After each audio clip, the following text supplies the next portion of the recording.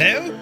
Hello, everybody. Happy Sunday. You're very welcome to today's live stream. We're going to be taking the updated DC-6 from PMDG for a flight in Canada to see, well, how is it all behaving? Yes, looking forward to this one. I love the DC-6. Now, my experience so far with this machine since loading it up this morning, it's absolutely riddled with WASM crashes. But there's a workaround. I'm going to show you what to do. It's fixable. Even it be a very temporary fix, and you have to do this fix, it would appear, almost every time you want to fly the aircraft, which is a pain. In that place you choose to, use, right? But anyway, it seems to be quite stable for each flight, which is good news. So we'll try and figure this one out. But I hope you're keeping well. Busy morning, got all my stuff done, and now it's time to fly. Ah, brilliant! Right, 16 degrees here in Tipperary.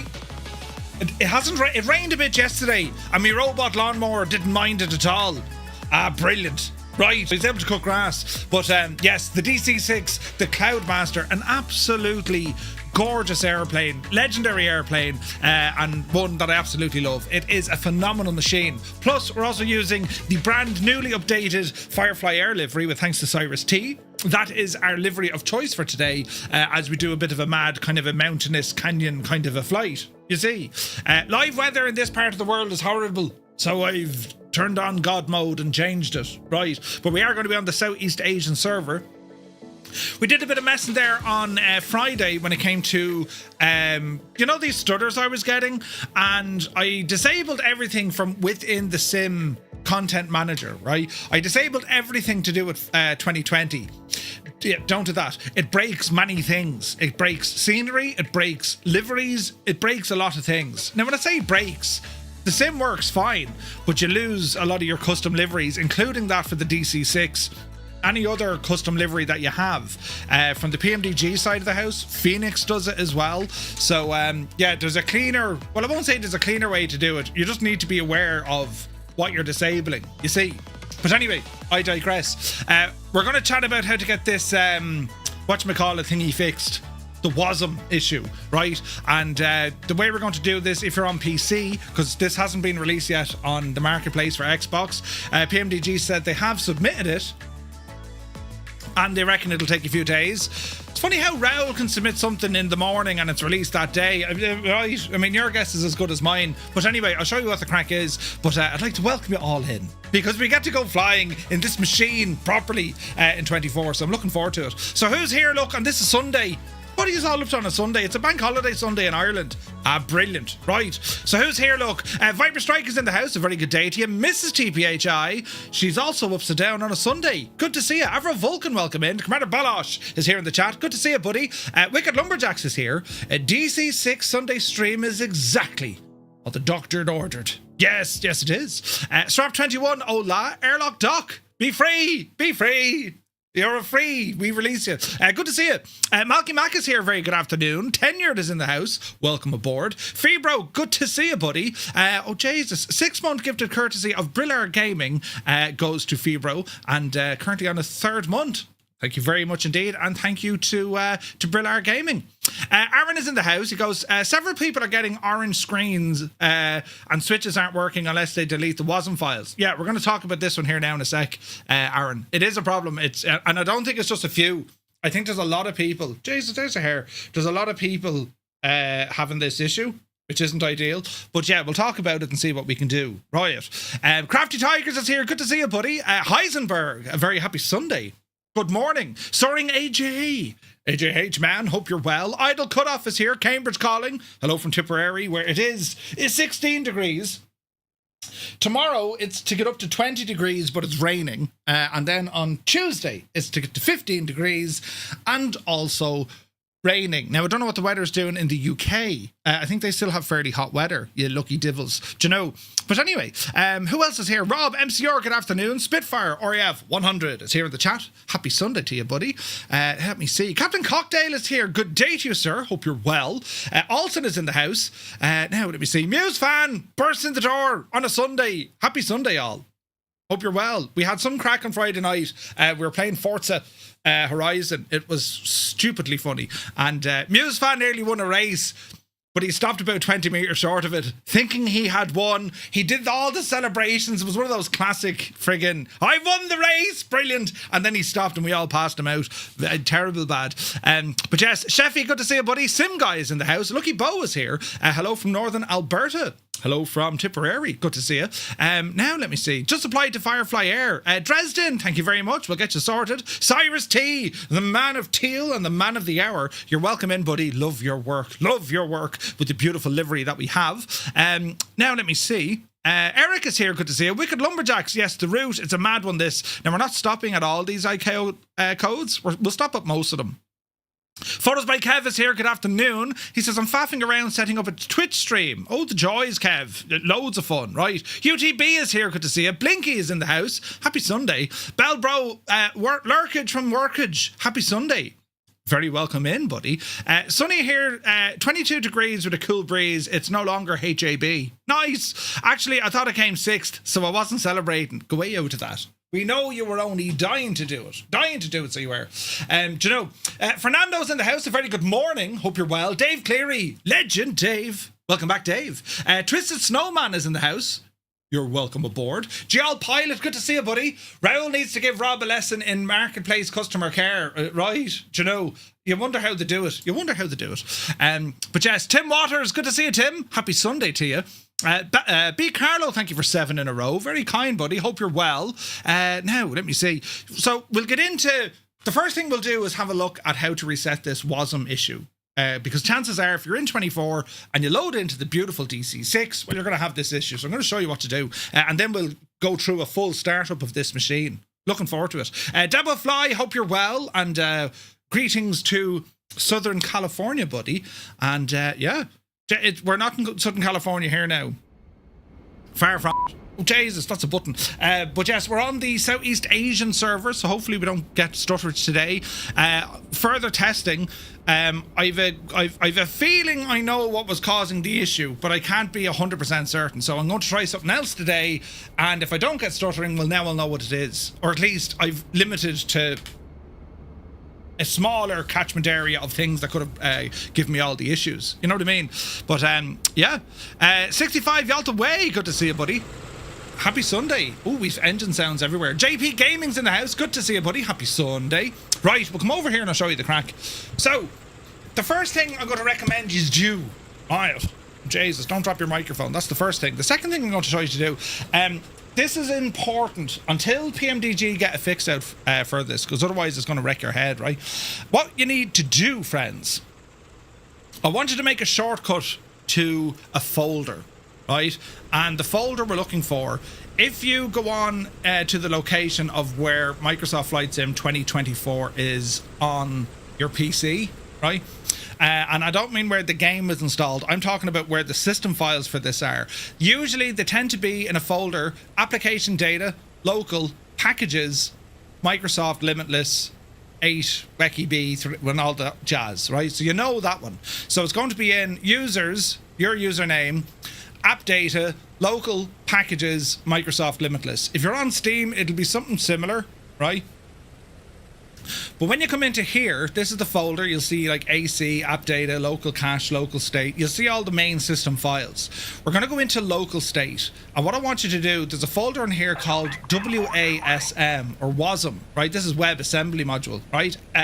James, Eric, thank you very much indeed. 7 months, bud. Cheers, man. Hayden is in the house. Good to see you. Talro, welcome aboard. Nerd Droid, thank you very much. Welcome in, buddy. Hope you're well. So I want you to right click this WASM folder, and what we're going to do, we're going to come down here and say create a shortcut. Now the shortcut will appear inside the same folder, so I want you to put it on your desktop, right? So I'll open up another little Windows gadget here, and I'm just going to cut this and then paste it, right? Paste it onto me desktop. And that's it. Forevermore now, we now have that folder. And if you want to do even one more, if you were to right click this guy again from your desktop, you can now pin it to your start menu. And I'll show you now how it looks. On your start menu, you're going to get this shortcut to your WASM folder. All right. So you click on that, and now it's going to show you the WASM folders for 2020 and 2024. We want to look at 2024. And what we do in here, we open the folder, we scroll down to where it says PMDG Aircraft DC-6. That is the folder that keeps breaking. Okay, so if you load into the beautiful DC-6 and you notice that these boxes up here are all orange, and it says like faulting module something or other, but basically you'll know because they're bright orange. Your friggin' Bendix King with your radios, they'll be orange, right? What you need to do, you don't need to exit the sim. You don't need to shut down the sim. All you need to do is end the flight, right? You go back into your main menu, and once you're in the main menu, go into this WASM shortcut folder that you found. Go into 2024, scroll down to where it has PMDG aircraft DC-6 and just delete that folder. Delete that folder, and then when you load in to a flight again, it gives you a new WASM module. And it should work. Everything should be just grand. I haven't experienced WASM crashes during a flight. So at least you should be able to get a full flight out of this. Now, if you can't, there's very little we can do. PMDG are aware of it. I've been looking at their forums. There's a couple of subreddits going on there as well. People are talking about it. They are aware of it, but it's definitely something on their side is crashing the WASM module inside the sim. Simple as that. It's not a Microsoft problem. This is a PMDG problem. And if they tell you anything different, don't listen to them. This is a them problem, right? They're aware of it. I'm sure they're going to fix it, but at least for now, if you guys are having the same problems, this is how we do a temporary fix. So hopefully that's made sense, right? It means hopefully everything's going to be that little bit easier. You're going to have a shortcut to that WASM folder in your start menu. So you're literally talking 3 or 4 button presses and clicks of a mouse, and you reload the flight. You cannot delete the WASM folder if you're already loaded in to the DC-6 because, well, Flight Sim is looking at that folder. So you have to back out to the main menu, end the flight.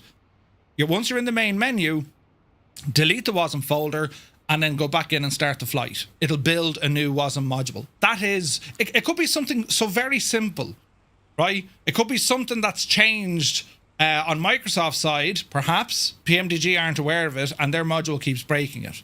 But it's up to PMDG to fix it. You're not going to get Microsoft put a patch out. PMDG have to do it on their side. So hopefully they do that sooner rather than later. But as I said, that is how we work around this issue. All right.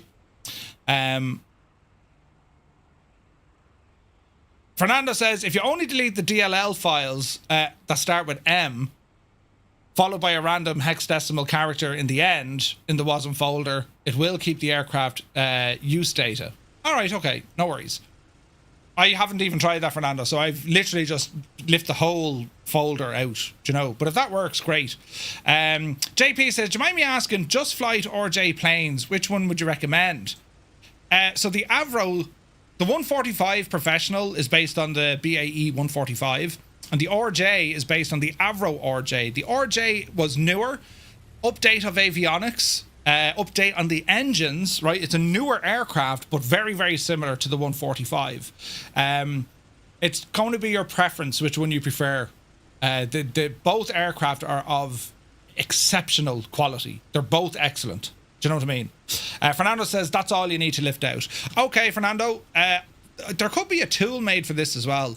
So what he's saying is you need to delete the DLL file. So this one here, it looks to be, right?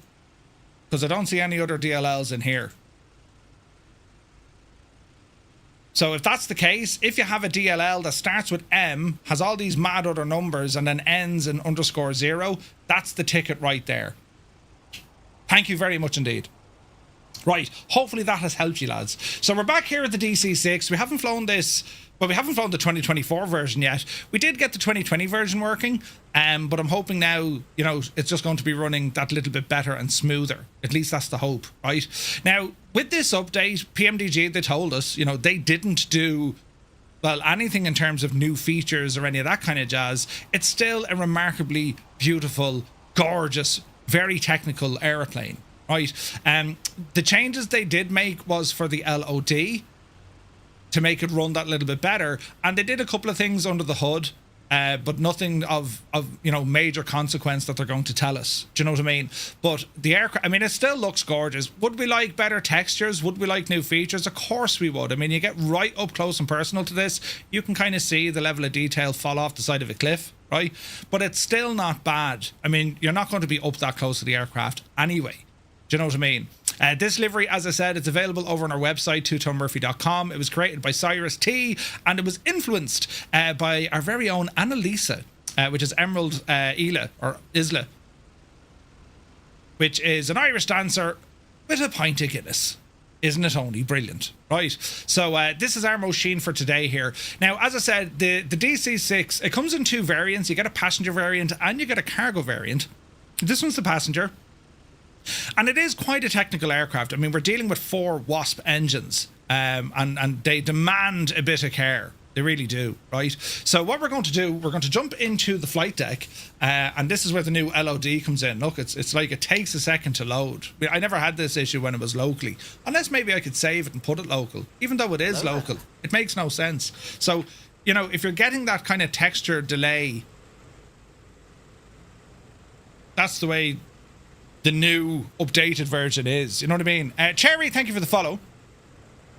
If you own the 2020 version, do you need to rebuy it? No. So PMDG have updated this for free. But it's important to note they haven't added in any new features. This is the DC-6 as you remember it. All right?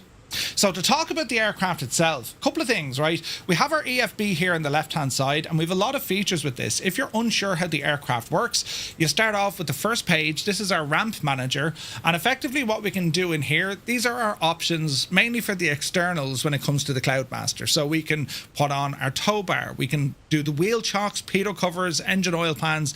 Effectively, these are your static elements outside the aircraft. The most important one to make sure you have, especially when you're on the ground, is the ground power unit. Beneath that, we have the aircraft state. So this is how the aircraft will appear: cold and dark, ready for start or ready for takeoff or ready for taxi.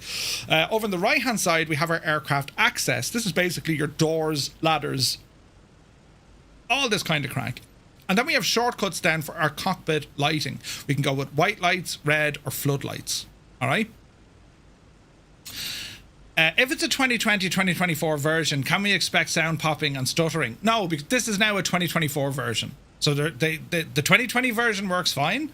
The 2024 version is a 2024 version. So we shouldn't have issues. You know, we just shouldn't. My phone is beeping at me, lads. Stand by.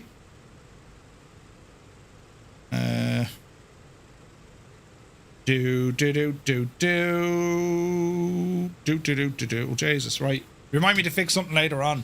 Anyway, what do we have here? So the next page then is going to be our fuel and our load manager. And this, everything that we see here is exactly what it was on the 2020 variant. So this is all our main tanks, in which we have 4 of them, our alternate tanks, which we have 4 of them, and then we can load in passengers and also cargo. So there's no changes to this screen, all right? Next up then we have the AFE. This is the Artificial Flight Engineer. This guy is going to help you start the aircraft, get it up and running, and you can see all the critical phases of flight. If you turn these on, it means that the Artificial Flight Engineer, he's going to look after everything for you. If you're brand new to the aircraft, you might want to fly with this if you just want to go flying. Otherwise, don't worry about it, right?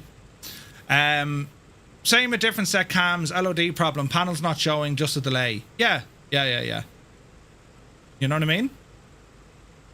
Always fry elephants, Hayden. That's exactly the one. Good to see you, buddy. Here we go again. Indeed, Manx. The maintenance manager, this is where the aircraft really starts showing the depth. So we have our engine health and the engine hours. We have our propeller hours, right? Engine oil quantity. Then we have water alcohol quantity. The water is going to be used for water assisted takeoff, so it adds power, right? Alcohol, need to double check. I know we've alcohol in there for the likes of anti-ice and all this, but I think it's a mix of water and alcohol. I think. Need to read up on this. There's a huge manual with this, and PMDG did do phenomenal work on tutorial videos on their YouTube. Auxiliary oil quantity, anti-ice, and then we have our total airframe manager. All right. The next tab is our engine stress visualizer. Again, if you're using the AFE, he should be looking after all of this. Otherwise, we're going to be looking after this. So it'll be looking at our overboost, our mixture, RPM, cylinder head temperature, carb temperature, oil temperature, and oil pressure. And we can see everything where it is from. It's not operating, normal range, moderate, high, catastrophic stress range. You're going to break something, or cold, or within icing. All right. And then we have our options.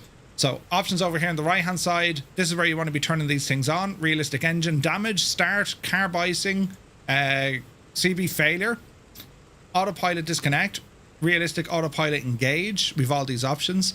Our GPS and radio options, so we can use the Asobo GNS 430, or you can turn them off, just use the Bendix radios.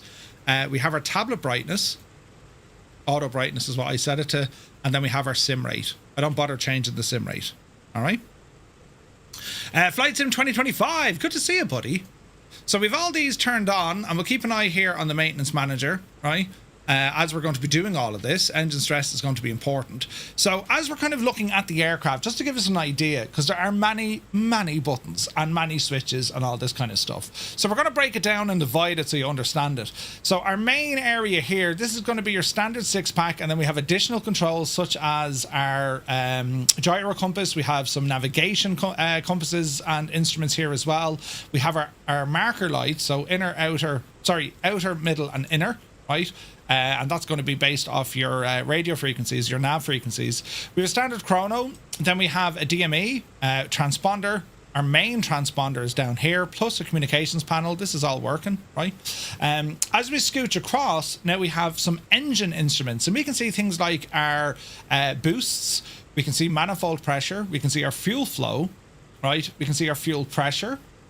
And effectively, a lot of these dials are doubled up because you're going to have 1, 2, or 4 dials looking at each of the engines. So for example, if we were to look at our BMAP, this is engine 1, 2, 3, and 4. That's your overboost. If you look at your manifold pressure, we've only 2 gauges, but there's 2 needles in each gauge. You have a 1 and 2 and a 3 and 4. All right. Same for the RPM, 1 and 2, 3 and 4. We have our flap position. Then we have our cylinder head temperature, left and right, or 1 and 2. Cylinder head temperature, 3 and 4. And then we have our water pressure. Now, our water pressure is going to be important if we need to use that water-injected takeoff, all right? Looking across then, we have carburetor air temperature, oil temperature, and oil pressure. And again, you have 2 dials, you have 2 dials in each display, right? Moving across then over to your co-pilot, very same what you have as the main pilot. So they've just duplicated, all right? We'll now move to the overhead, because there's a lot of areas on the overhead. We have the overhead left panel, the overhead right panel, and then we have the main overhead, with the top, with the middle, and the bottom. These are all different panels for our overhead, right? Our main protocol, or our main focus, especially when starting the aircraft, is in the middle section. This is where we control all our fuel booster pumps, our external lighting, magnetos, our feathering, generators, and turbo. All of that is going to be done from here. The lower side of the top panel, this is where we look at all our fuel quantities, right? And we can also see our, we have an amp meter up here for DC power. We have hydraulics, we have water, we have oil temperature and pressure for the supercharger, which is completely separate. Then we have more external lights, which are our landing lights. We have our cowl flaps, effectively a cowl system that goes around the engine that will open or close, allowing us to, disperse air, hot air quicker, right? Engine supercharger is there, and then on this screen we then have a ADF, we have our radios, and in this case we have a 430. We can turn off the 430 if we want. We then have a magnetic compass. This wheel up here, this is a rudder trim, right? And you notice even the compass hanging here with kind of bungee cords. The idea being is it almost acts like a gyro to keep the thing not getting pulled left or right, all right? Next up, we look at the lower console, right, our center panel. So here, and it does look very tricky, but we're not too bad here, right? We have 4 throttles, right? And they're doubled up on the right-hand side. They all move together. The most important area is we have our fuel tank selection. So we have our main tank and we have our alternate tanks. In this case, we're flying on our main tanks today. So our 4 engines, we're going to select our main tanks. Now, depending on balancing and all this jazz, once we get power, you can see your main tanks and you can see your alternate tanks. Your alternate tanks are on the top, your main tanks are on the bottom. And if you're unsure what they're reading, go into your fuel load and you can see, look, main tanks on the top, auxiliary tanks on the bottom. So there's quite a way to be, there's a lot of ways in which you can maintain, monitor, and manage the fuel on this. Do you know what I mean? Gav, thank you very much indeed for 70. Ryan, good to see you. Wouldn't want a compass fixed to the plane with all the vibrations. That's the idea. That's the idea. All right. So there are throttles. There are fuel. The aircraft also has a fairly comprehensive fuel transfer system, or a cross-feed, so we can be cross-feeding fuel from one side of the aircraft into the other and vice versa. And that's all about balancing, getting the best possible performance. If we need to adjust any weight on the fly, this is where we can cross-feed fuel from tanks on our right-hand side or our left-hand side. There are cross-feed levers there, all right? We'll keep them off. Just beside the throttles, we have a throttle lock, this red lever, and then this P, well, that's your propeller pitch control. That goes fully forward in this regard, all right? So when we're setting it up, that's just your prop lever. We'll stick it all the way forward. This guy here, this is what your flight engineer works off, and this is about increasing or decreasing individual engine RPM. There's no engine sync or propeller sync built into the aircraft. It does a good job because it's highly tuned, but this is where you would adjust. And what's pretty cool about the DC-6, when she's running, you'll actually hear if there's differences between the engine speed, the RPM. You'll actually hear it, in which then your flight engineer will be tweaking those so they all sound perfectly well together. You can monitor them visually by the RPM gauge, or indeed you can hear them, all right? Now, something else that only came to the life of Murphy recently, this red bar, this is effectively our reverser or beta mode. You need to have a button that will activate it, and then when you throttle, you can then go into reverse or beta range effectively, all right? So that's what that is. Next up then we have a whole load of kind of fuse boards and stuff when it comes to different volumes and lights. These are in op. We don't need to worry about these guys. These are all in op. All right. Effectively, they're ways for using navigation equipment and communication stuff, but they're not. They don't work in the aircraft. What does work in the aircraft is this part here. This is part of our gyro pilot. It's like an autopilot, but a gyro pilot system. All right, in which we can see. If we're on the, you can see it here, right? We've got buttons. So it'll say electric release, it'll say approach ready. So these are like advisory lights, right? Automatic approach. We do have a rudder actuator, allows us to turn left and right, right? The impossible face, good to see you. As we move further on down to the fascia of this panel, again, it's designed that there's a flight engineer that sits here, right? These guys, again, left-hand side, these are all set to auto, so we can't move them. Radio master switches. Unfortunately, none of this is modeled. And over here on the right-hand side, these are for our, again, communication stuff. These aren't modeled, so they don't exist on the aircraft. What does is going to be our trim positions: rudder, aileron, and elevator. These are our trim positions. Then we have the gyro pilot switch on off. We have aileron left and right, and then we have altitude control. These are master switches that we would need to activate and turn on. Then at the lower of the lower panel, the center panel, we have a couple of things here we need to be aware of. First and foremost, this big red knob in the middle, that is the landing gear switch. We have down, up, and then neutral. I don't think the neutral position works. We do have the landing gear horn, so if you're zero throttle coming in, you'll hear that warning. That's where you press the button, that turns off the alarm. These 5 switches, one of them is a lock switch, meaning these won't move. You've locked them, right? The other ones then are your mixtures, and the mixture goes idle cutoff, auto rich, or auto lean. These are your mixture control switches, and usually once they're set, they're locked until you need to adjust them for the next phase of flight. All right. Below that then we have this lever. It's an up down switch, and this is your autopilot master switch.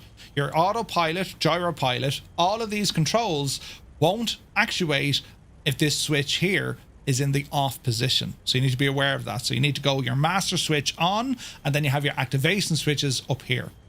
Okay.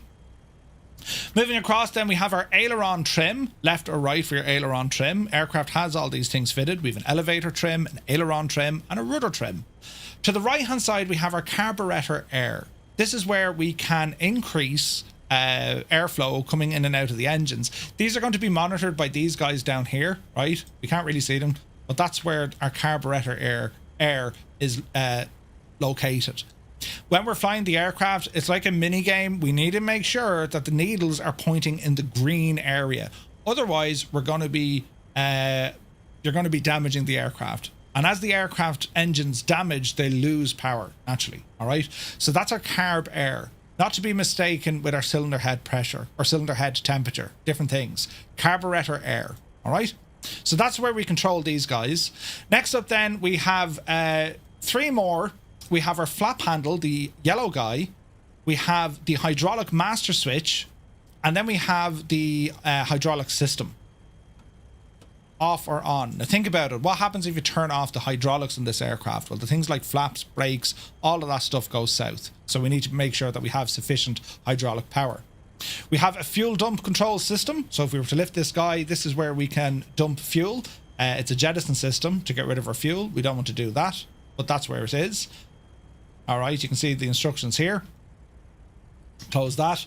And down here then we can see, well, look, the emergency hydraulic pump selector valve. Keep the valve in brake system position for takeoff and landing. So it's telling us, listen, at all times, keep it on the braking system. Why?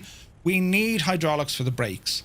If we do have a failure, we keep it on brakes. But then if we need to use it on our general systems, such as our flaps, or indeed our pressure accumulator, that's where it goes to. We can move this switch. So make sure it's kept on the braking system. All right. Other things we have in the aircraft inside the flight deck, a couple of more buttons hidden away. So if we were to look over this side of the house, this wheel here, that's a tiller wheel. This little switch here, this guy, this is our windscreen wipers. All right. As we move across, we can see our oxygen switch. So we can lift the old flap here. We have an oxygen regulator, and then we have the oxygen blinker. Shows you if it's on or off. I don't believe that's modeled, but that's where it is, right? If we move across to our right-hand side, we have a couple of buttons here for the engine fuel and oil pressure warning isolation switches. These are modeled, so that's what they are. We have another transponder on this side, and what else do we have? Same sort of stuff. We can see our hydraulic system pressure. We can see our emergency air for our brake pressure. Emergency cabin altitude, that doesn't work. And then we have this here, to cockpit windshield exhaust air under the floor. Again, we don't need it. There's tons of lights in this aircraft. Tons of lights. You can pretty much get this thing to kind of any lighting setting that you want. We can also open and close the windows. So to open a window, open the switch or open the clasp, and then you just drag. Pretty cool, right? And then we want to lock this then. All right. So moving up to the right hand side, back up to the top, we can see some additional options. So here we're mainly looking at our cabin pressure, differential pressure, if we're going to be going up quite high. This is where we can put it into manual or automatic. Then we have our cooling turbine, and we can see then the supercharger airflow. We can see the our vertical speed, and then we can see our cabin altitude. That's all there. Over to our right hand side, this is where we're looking at temperature control. All right, inside the aircraft, and here is our electronic control. So we're having an idea of what the DC amps are doing, and we can also look at AC, and we can look at voltage, and we can see what's reading what. So at the moment, everything's off because there's no power coming into the aircraft. That's where all that lives. All right. If we were then our final then stop, we're going to have a look up here. We do have cockpit temperature, right? Radio backlighting, just light switches. This is important. You have your radome and windshield heat and anti-ice, right? So you would set this to the degrees are going to be between 10 and 0, or they'll have 0 and -40. And then your anti-icing and radome. So we'll set this to where it's at. At the moment, it's above 10 degrees here. I don't need it. Then we have all our fire detection. Once we turn on the battery, we can test all the fire switches. All right. Moving across then, you have your heater switches for your fire extinguisher control. And then you have your dischargers. Left bank, right bank. And that'll show you where you can discharge your CO2 for putting out a fire. In here, we can see cabin heating, fuel pressure, and also then, what else do we have here? Left wing, right wing. It's all part of our anti-ice system. We have a fuel heater and ignition system, so we can heat up all these. Our ignition system. Then we have our cabin heater and airfoil heater. So you'd have to lock this or unlock it. That'll turn it on. Then you have your prop de-icer, and then you have your carburetor de-icer. This is all to do with your anti-ice systems. The very last thing we're going to look at, which is above your fuel gauges, this here is where we select our pitot and scoop heater. So we can go wing scoops, belly scoop, or we go captain pitot and static. We will have that on once the batteries are turned on, if we need them. Then we have the static vent. If we need, we can open them up. And our ground operation is for 1 minute on the ground. They don't want you using this on the ground. They burn out. They need air hitting them. All right? Are we happy enough so far? Excellent. Look behind us now. This is important. Behind us, this is a main fuse board panel. These are all circuit breakers, and the vast majority of them are modelled. Now, what we do here, we don't need to worry too much. Everything has its own name. If we do have a failure in the aircraft, we're going to be checking with these guys first. You'll hear the circuits pop if there's an issue, but how I do this, and I recommend the same. Naturally, this side of the world, we read from left to right. When we're reading a sentence, we start on the left and our eyes traverse to the right. Meaning that, you know, if you need to view anything, and this is military training, if you need to view anything and you're looking for the smaller details, you need to force yourself to look and start at the opposite direction to what you usually read. And there's a reason for that. If you read from the left to right and you scan things from left to right, you ever see these things online? They'll give you like a jumbled up sentence, but your brain can still understand exactly what it is, even though they got the letters are wrong and all this, because your brain can figure it out, because we're just conditioned like that. If you were to start on the right and you work your way to the left, both your eyes and your brains are working harder, because now they're looking at individual things. You do this for landscape targets, you do this for target spotting. The DC-6, we're going to do it here for our circuit breakers. So we'll start on the top right and we're going to work our eyes to the left. We're ensuring that all of these switches are in the up position.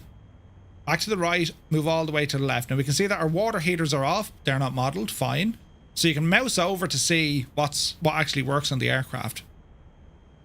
Same crack again, start on the right and move your eyes to the left. If you go left to right, try it yourself. You're going to be reading through it much quicker. All right. So they're all looking fine. Anything else in the aircraft? We do have a couple of more circuit breakers. That's for your transponder, your ADF, which is your automatic direction finder, and your GPS. So if you're experiencing issues with the aircraft, check the fuses, right? DME and COM2 radio. That's where they all live, all right? Nothing else clickable back here, just nice modelling. And again, the attention to detail back here is really, really nice, right? There's a pen on the ground. We have some Firefly Air boxes. And just cool looking stuff, right? Cool looking stuff. And then if you look on the right hand side, we do have a flight engineer seat in which we can drop that out, the jump seat. And then this doesn't work, unfortunately, but this is where we have access then into the cabin. All right. Any questions so far? Cool.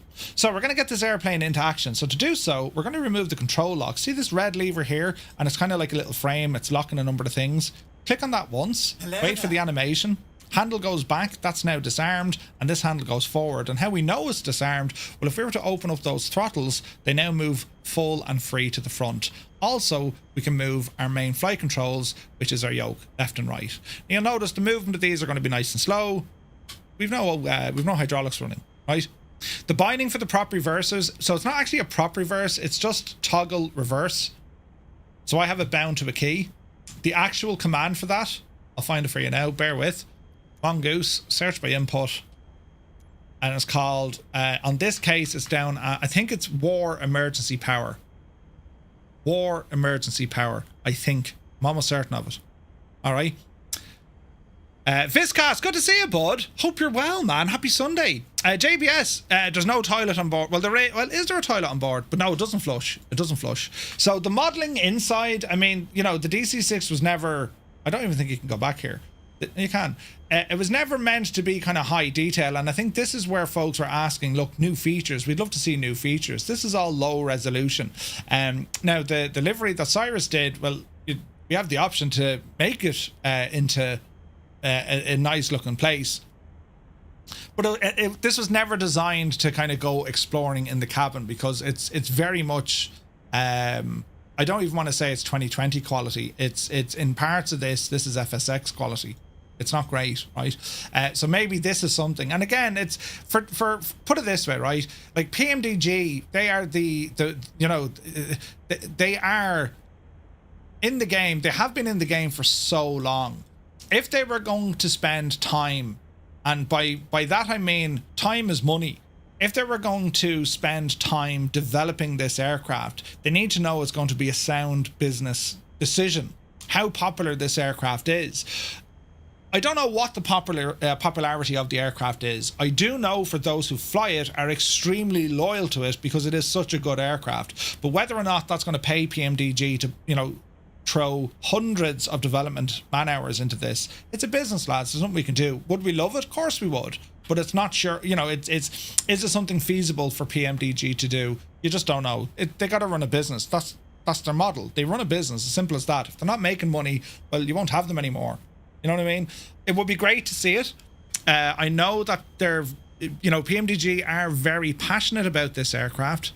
It's beautiful inside and out. This is a gorgeous looking machine, but there's a couple of areas room to improve. You know what I mean? Right. So with that said, we're going to get some power up in this machine here. So we're going to double check with our ground connections, right? So we're going to go to ramp manager. We can see that our ground power unit is in. Before we release the chocks, we're going to make sure our parking brake is set, which it is. We're going to remove the pitot covers, remove the engine oil pans, right? And we'll keep that ground power unit in there for the minute. So to do this, we're going to start at the very beginning. Center console, well, top console in the center. And we have options over here on the right-hand side. You have your plain battery, and then you have ground battery and ground power. So we're going to put it onto ground power and then turn on the battery. And we can hear sounds already, right? In addition to that, we're going to turn on our main inverters, 1 and 2, right? And that should give us now engine instruments. So we can see now that our fuel tanks are all alive. While we're here, we're going to open our cowl flaps to full. Right? Make sure they're all open. And when we look down here, we can now see we have some lights on the main panel here showing us, yeah, there's power in this aircraft. Now our avionics technically aren't really on, but they're on anyway. Like we don't have the Radiomaster switches modeled, unfortunately, but they're there. They do work, right? As in the avionics do work. So we're going to reset our barrow, and what we're going to do, we're going to get this aircraft up and running. We're going to start it. So 3, 4, 1 and 2. That's the start sequence of the aircraft. The older aircraft back in the day, they'd always start the right side engines first. Couple of reasons. Usually the main entrance was on this side. They didn't want passengers being deafened. Also, on some of the later aircraft, the aircon units ran off the right hand side.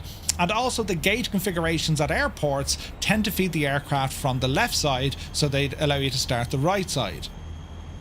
There's no other reason for it, but we're going to start the right side first. So to do this, well, we need to check on a couple of things. Number one, we need our mixture on for engine number 3. That's a given. Must be on, right? We've already verified that our fuel control valves are all on main tanks. Our throttle is idle. Our prop is full, right? Hydraulics are already on, so we've verified all of that. We've opened up our cowl flaps. So the next thing we're going to do is get some lights on. Entry lights, no smoking, seatbelt lights, beacon can come on, and we'll turn it on to position and flash. You can turn on your wing lights as well, they just look nice. And we're going to get some of these other things closed up now. So the main cabin stairs, jettison those.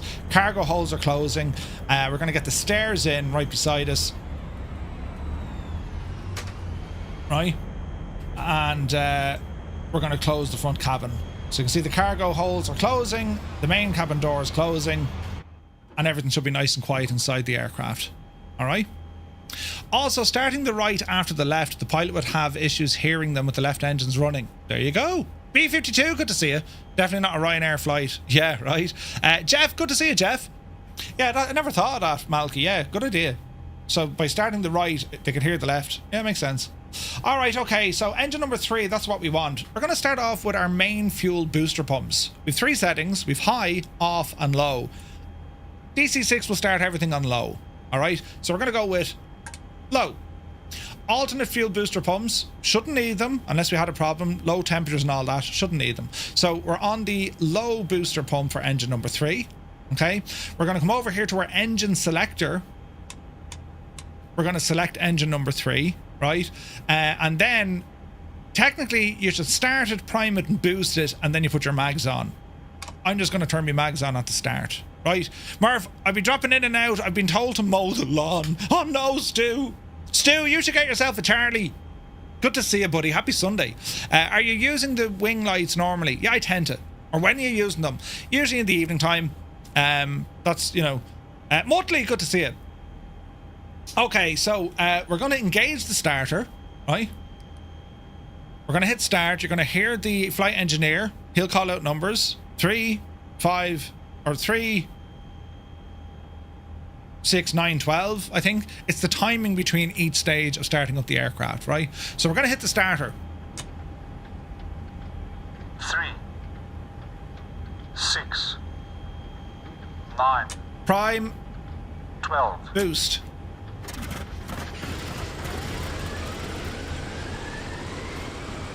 It sounds good. Quick checking our instruments. So that was engine number 3. RPM, manifold pressure, fuel flow. We're looking good so far.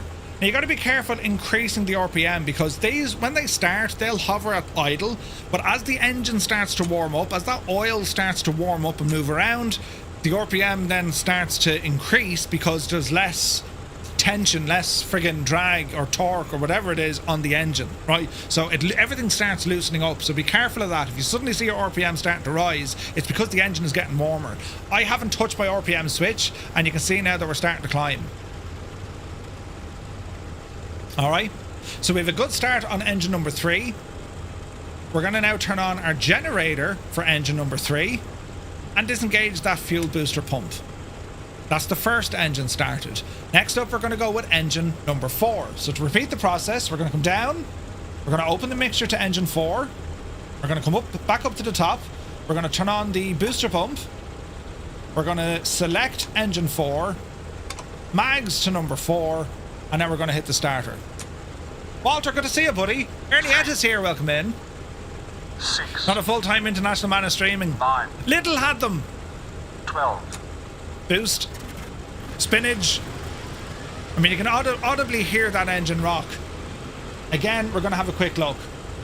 Now, see the way engine 3 has more RPM than engine 4. Engine 3 is rising because it's now becoming that little bit warmer. So we don't need to worry about all this. Engine 4 should come up anyway, unless there's a problem, right? So once we're below 1000 RPM, it's fairly comfortable. You don't want to push it too hard because temperature is cold, oil pressure is cold, or oil is cold. Pressure should be okay. I mean, that's what we're looking for. We're looking for our RPM, fuel flow, and engine oil pressure.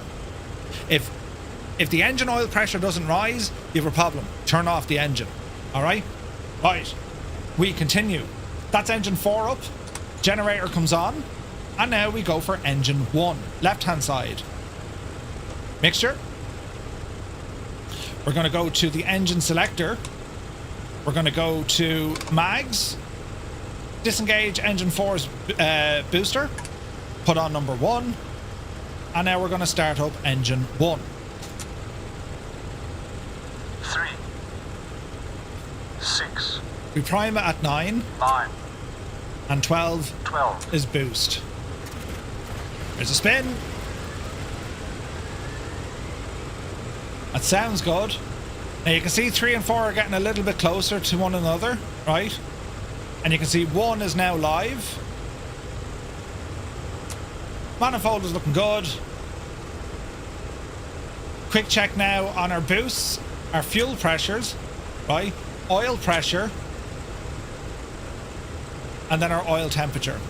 So 3 has higher oil pressure or oil temperature. That's why it's running that little bit easier. All right? Lovely. So generator 1 on. And now we repeat the process for engine 2. So mixture. We're going to go engine 2 select. Mags. Fuel booster. And engage. 3, Sounds good, doesn't it? 6, 9, 12, There's a booster. Spinach. Yeah, that sounds good to me. So 3 and 4 are much closer. 1 and 2 are close, but as 2 has just been started, it speeds and then it drops and then it'll build itself up again. But that's all sounding absolutely fine. The switches here for your starter, primer and boost, they all automatically spring to off. Or you can manually do it by turning off the engine selector. So all our generators are online. turn off the fuel pumps, right? Now we can divert power from the ground onto the plane. DC-3, they would have called this ship power. In the DC-6, they called it plane battery. So when we go to the plane battery, the light is extinguished and we're now running off our own capabilities. If we wanted to verify this, we can now have a look at our electrical monitors, and we can have a look to see what our generators are doing. Generators are giving us DC power. Number 3 is giving us more because, well, we know the RPM on 3 is better, at least for the moment. That'll all calm itself down. We can also have a look then at our AC voltage for the captain side, first officer side. They're all fine, so we're happy enough with that. Now, see this temperature control as well? We can even change the temperature of the water, right? If we, you know, your passengers want to have hot water, so that's all there. Pressurization, we're going to keep it in automatic. And at this stage now, we can have a look at our cowl flaps. Now, we can keep them fully open at 22 degrees, or we can bring them into about 14 degrees. And again, I'm only following the logic that we had in the DC-3. Avionics come on next, so we'll get our ADF on, we'll also get our main radio on, and we'll get our GPS turned on here as well. They're all running. If you have problems with WASM, just go back to the start of the video, and that's where I talk you through how to set up the WASM stuff. All right. Now, our static vent, you can see the amps coming through, and there's our pitot on there now. Anti-ice fluid is all okay. The turbo mode, see this water injected takeoff? If you need to do a short field takeoff, provided you have water, you'll turn these guys on. All right. Couple of more circuit breakers. We have manual oil dilution stuff, and then we have our auxiliary oil tank selector. Again, this all comes down to, if you're going to be having issues with the aircraft, this is how we start troubleshooting it, and you'll be able to monitor this from the engine stress visualizer. So we have a lot of greens, but it's telling us our carb temperature, it's cold. Now that's okay. Why? We're on the ground. We're not pushing the engines. Oil temperature, 3 is just made it. He's ready to rock. 1 and 4 are in a moderate stress range, and then 2 is cold. Now we can try and help fix this. So what we can do, ever so slightly, just increase our RPM. And there's a couple of visual cues that the DC-6 will give you. You might notice how much this main panel is shaking around, right? So if I go to full idle, you'll see everything jump and leap around the place. All the dials. If we increase this,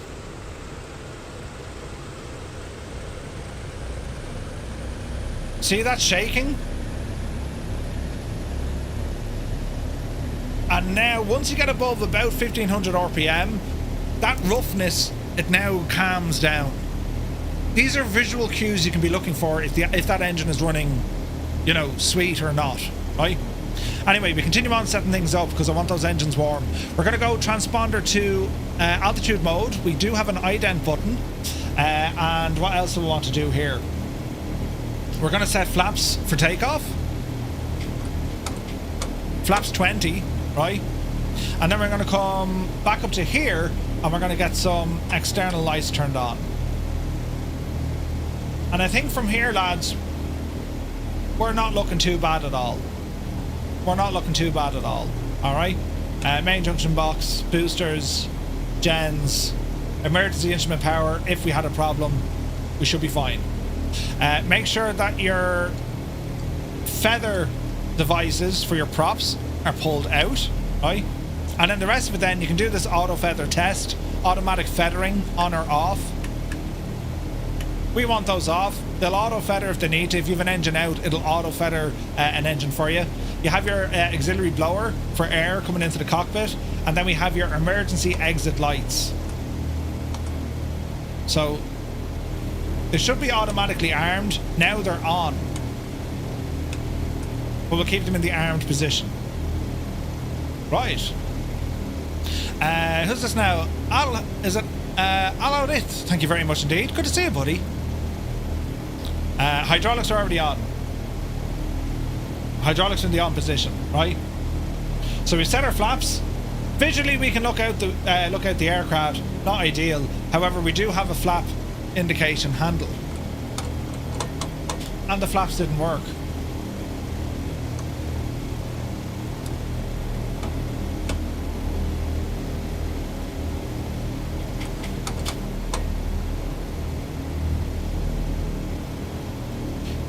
Houston, we have a problem. Okay, so we got a hydraulics issue, so.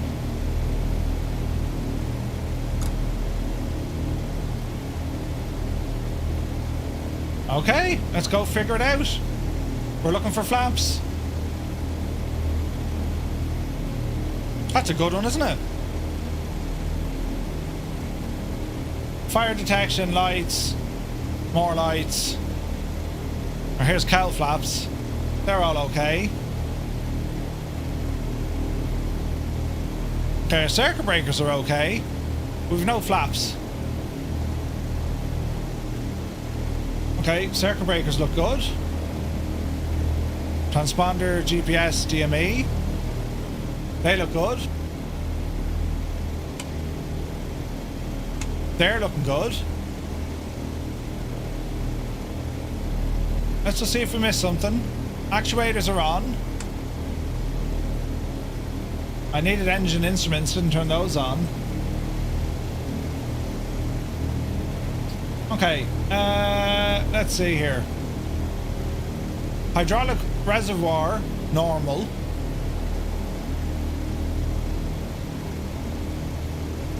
Okay, they're working now. Flap position says 20. Let's just verify, was that the problem I had? Did I forget the engine instruments? Yes. There we are, lads, I've learned something new. So our flaps were in position, but I forgot to turn on our engine instrument light or switch, so it wasn't giving me a reading. Right? Check outside the aircraft, we can verify those flaps are down. There we are. Murphy has learned something new. Brilliant. Right, so we're going to be departing here out of the Canadian Rockies Airport. Charlie Yankee X-Ray Charlie. That's where we are. The Boise, good to see you, bud. At home for the next 5 days. Nice. Just Roy, welcome in. Yeah, dude, I've missed this plane. I love this plane. I learned a lot of this from the Flying Fabio. If you remember the Flying Fabio, Fabio's just awesome, right? And he spent a lot of time with this aircraft. So this is where I pretty much learned me trade with the aircraft, do you know? But anyway, right, we're looking good. So transponder's on, we're gonna come off the brakes. I should have removed that little ground power switch, but we're alright. And we'll just start taxiing out. We're gonna blast off here from runway 34. Canoe Head 2, good to see you. We got a good few folks here, and I'm hoping these stutters won't be an issue. Again, I'm trying one thing here this evening. I think I've pinpointed to what one of the issues were, so for now we're just going to get ourselves lined up. We're going to be planning to just taxi here. Lights are already ready to go. Aircraft is pretty much ready to go. Now we could, you know, we can put our entire flight plan in here. We'll wing it.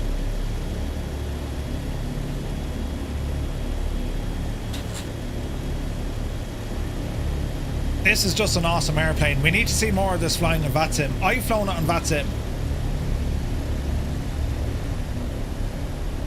Okay, so we're going to back taxi on to 3-4.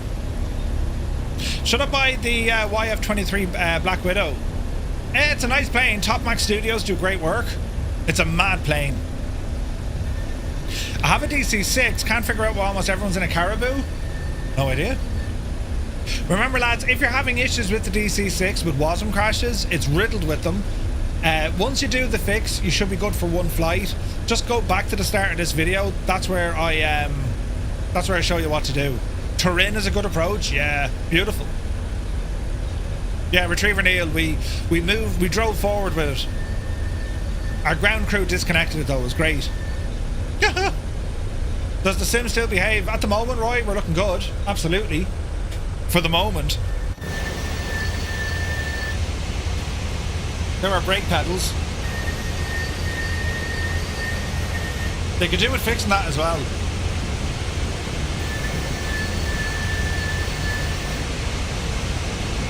Model matching is a nightmare? Absolutely. You're preaching to the choir. Right, bit of power. Full left turn. As tight as we can make it. Flipper Ally, good to see you, bud.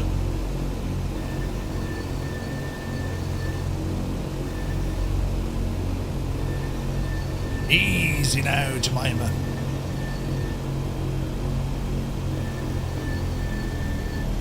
Anywhere in Scandinavia is gorgeous to fly flights in. It's gorgeous. Okay. Now we don't need water injected takeoff assistance. We're going to go on our normal power. Now one thing with this machine, right? It doesn't take off like a conventional airliner. As in we don't just like, you know, point the nose up and away she goes. When we do our initial climb, lower the nose and build that speed and then we push up. Alright? So what we're going to do, we're going to advance our engine manifold to 30 inches. And make sure they remain stable. They're stable. And now we're going to give full power up to about 52 inches of manifold pressure. You can see the red line, look. Right there, 53. So that's what we want to do. Hold the brakes. There's our takeoff power set. Off the brakes. We're rolling. Airspeed live.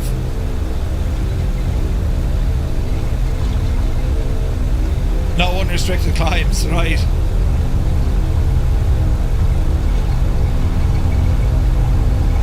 There's 80.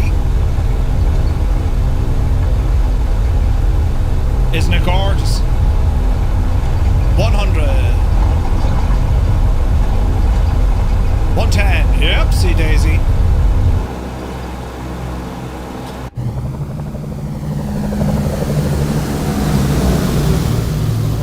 Alright, positive rate. Gear coming up.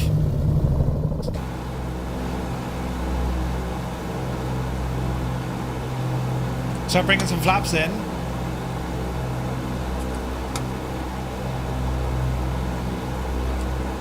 Okay, flaps are in. That nose will drop. We're going to try and hold it here.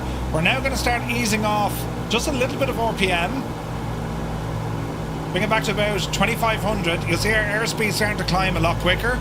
Cowl flaps are going to have a quick look. Put them into climb. Cowl flaps will add a bit of drag, so we need to be careful with that, right? Now it's all about adding elevator trim, take the pressure off us. And as we continue to climb here, the engine is being stressed. So we're going to have to ease out some of this manifold pressure now.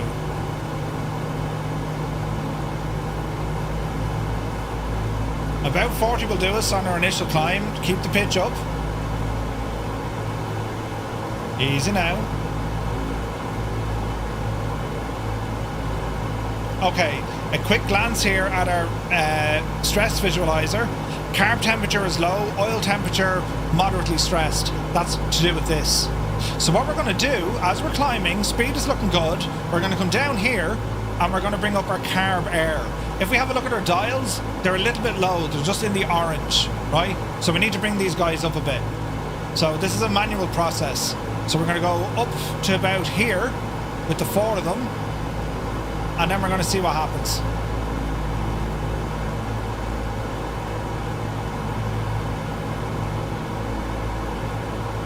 See the needles starting to climb? We need them all in the green. As we're watching this, eyes to our left, and now everything with our engine stress, it's happy. It's happy with everything, so we're now correctly managing our engine, right? Well, engines.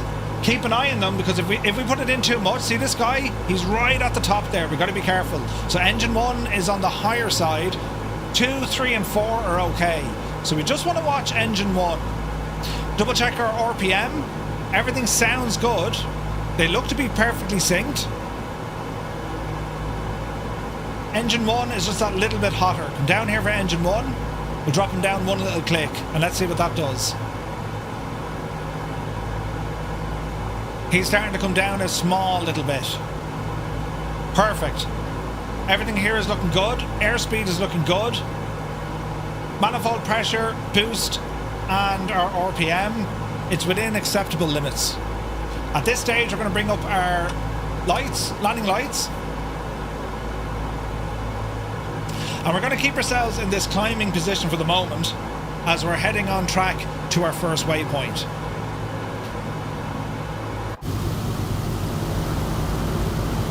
We've got a good few aircraft with us here. This is nice. Great to see so many folks out on a Sunday. Okay, so altitude-wise, I'm happy enough. Now, we're going to turn on the autopilot or gyropilot just to make life a little bit easier for us. So to do this, we're going to come on and turn on the master switch. We're going to go to... Sorry, we're going to go gyropilot on, right?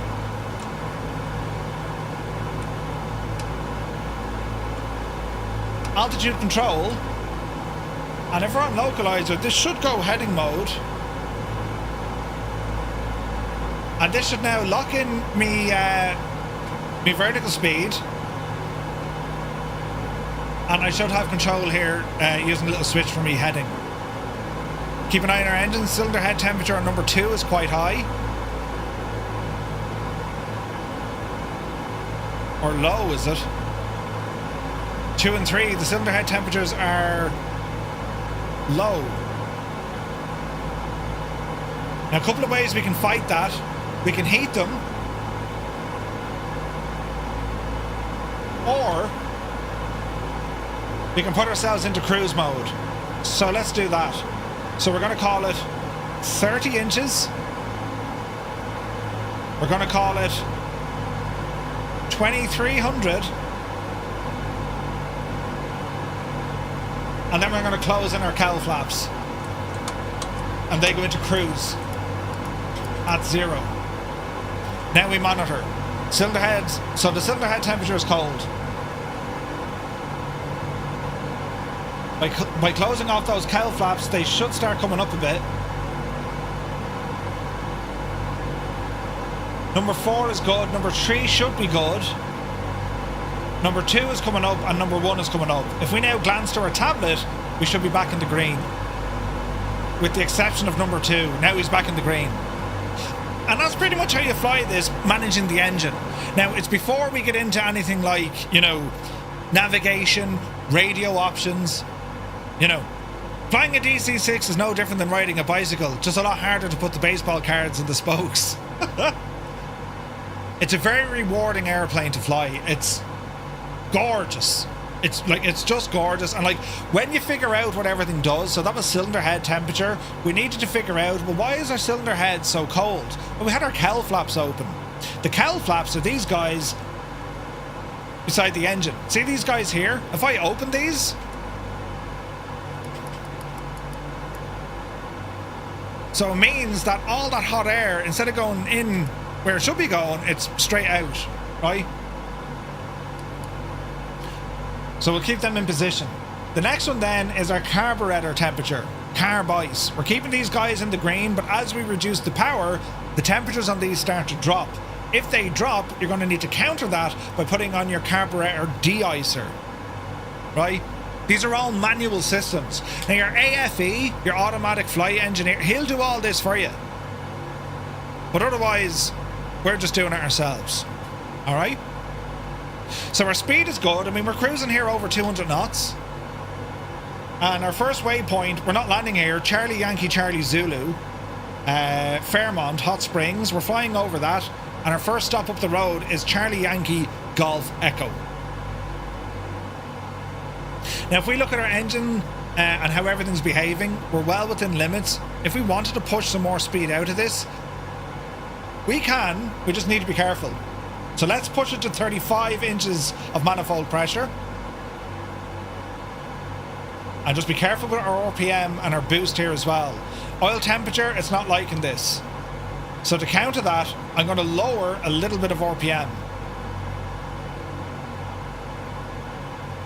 And now we're looking good again. The advantage here, we're going to increase a small bit of airspeed. So we've gone from about 205, 206, we're now at 210, 220. So we're pushing the aircraft just to It's comfort zone. Bear in mind, we're not very high here. We're hiding just below 7,000 feet. But overall, we're doing good. Retriever Neil, by any chance, have you disabled 2020 stuff in your content manager?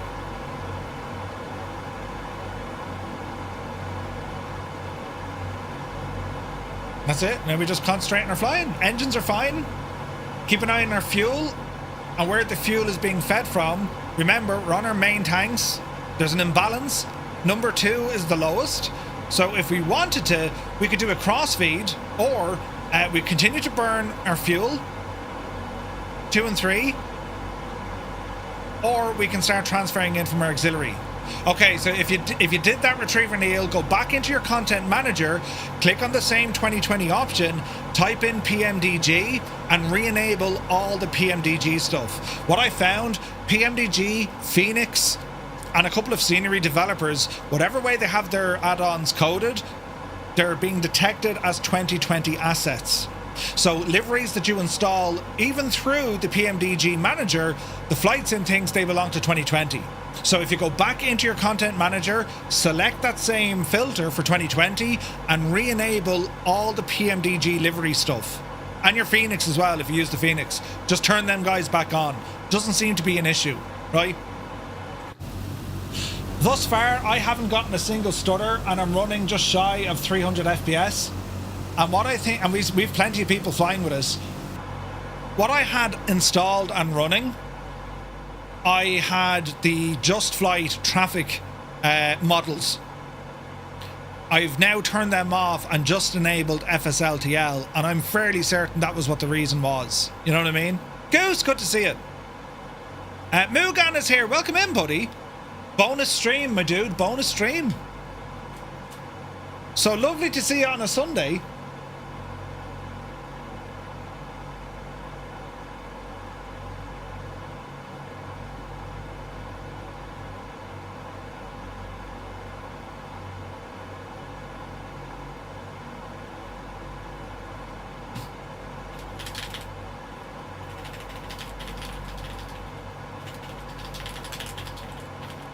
How do you preparing now? Funny you should say that, Murph. I recall the Just Flight traffic models being an issue with say intentions. Yeah, it's nuts, isn't it? So I have them disabled, and this, it seems to be, I mean, it's butterly smooth, man. Look, 300 FPS inside in the cockpit, and we do have a good few people flying with us. Who knows? What Atmos? I'm not using Atmos at all. This is Reshade. It's one setting on Reshade, that's all. That's okay, Goose. We'll miss you, but have fun out today. Now, usually I don't track FPS because they wreck your head, but for troubleshooting, it was a great indication because you can see where it peaks and troughs and spikes and all this. But yeah, we seem to be going good. Brilliant.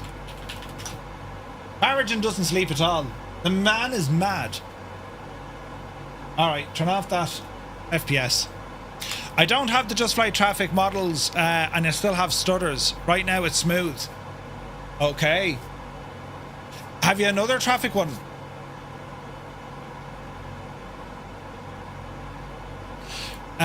Murph, did you bother with it again? Oh wait. No bother, Roy. Did I test the conflict manager out? This is the reason why the app is created. So the well, so here's the thing, Roy. If you were to if the sim in 2020, if you turn off the 2020 stuff, right, it automatically disabled liveries for PMDG that you installed through the PMDG app, not by the community folder, through its app, right? And even though your sim says they're installed, they're not activated. You know? So I'm unsure, does your app detect that as well? I haven't tried it. I must try it. I can probably launch it here in the background.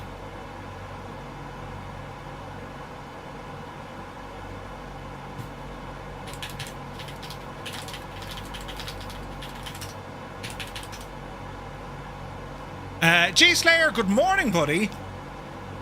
Las Vegas, hope all is well. Have only the FSLTL models weird that it's now behaving. Yeah, no, there could have been something else.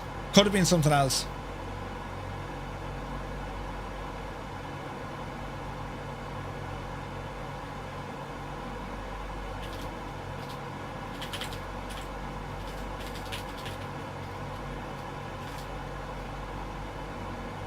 Which is mad.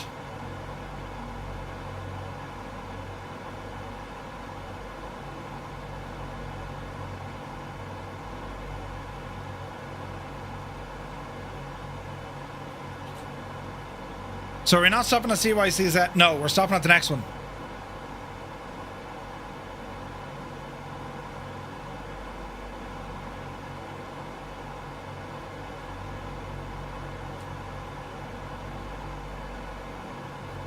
Hang on, Roy, we'll have a look at that.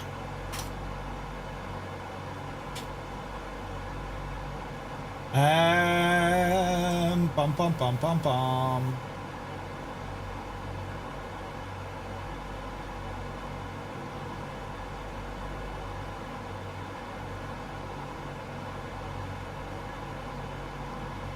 This is the same, as you call it, the airport conflict one. You know, Gibbo, good to see you, buddy. I'm innocent. I already own this DLC for 2020. Do I have to buy it again? No. But if you're, no, it's not in the web shop, Tech Dino. You'll get it in the in your PMDG OC3, Operations Center version 3. There's no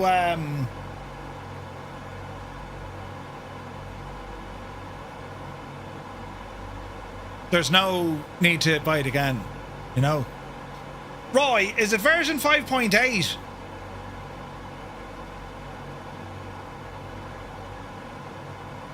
Or is it just a standalone one? Hey, Marigin, good to see you. He wasn't giving me dogs abuse at all. If 5.8, Roy, yeah? Cool. Right, how are we looking here? Left a bit, Murph, left a bit. There we go.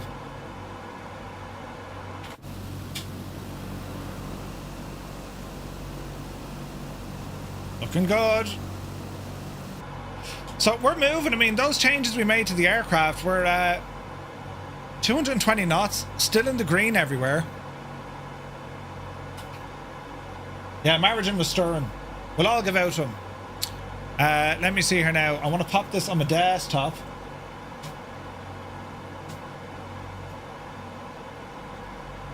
And where is this now?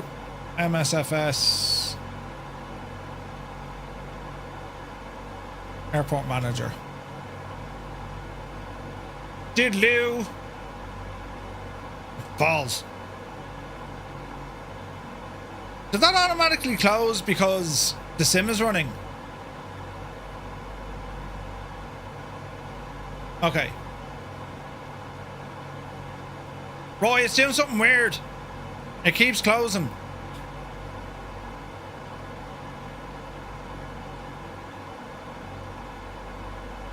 Right, scan. Please select the context XML first.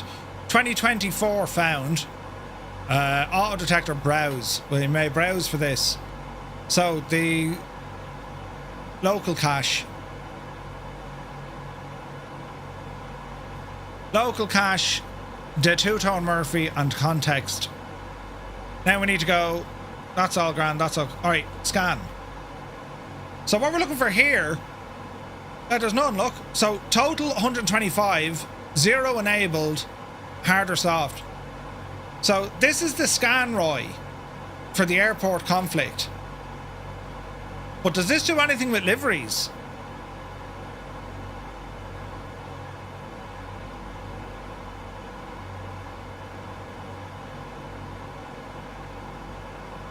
You know, keep in mind, yeah, the sim needs to be closed. Yeah, no, we're just doing this as a quick check. Because it's showing ICAO code. Does it do it for aircraft and liveries? Do you get me? Not that aircraft would be an issue though, would it? I don't think it would. Is there a mountain coming? No. Put that there now.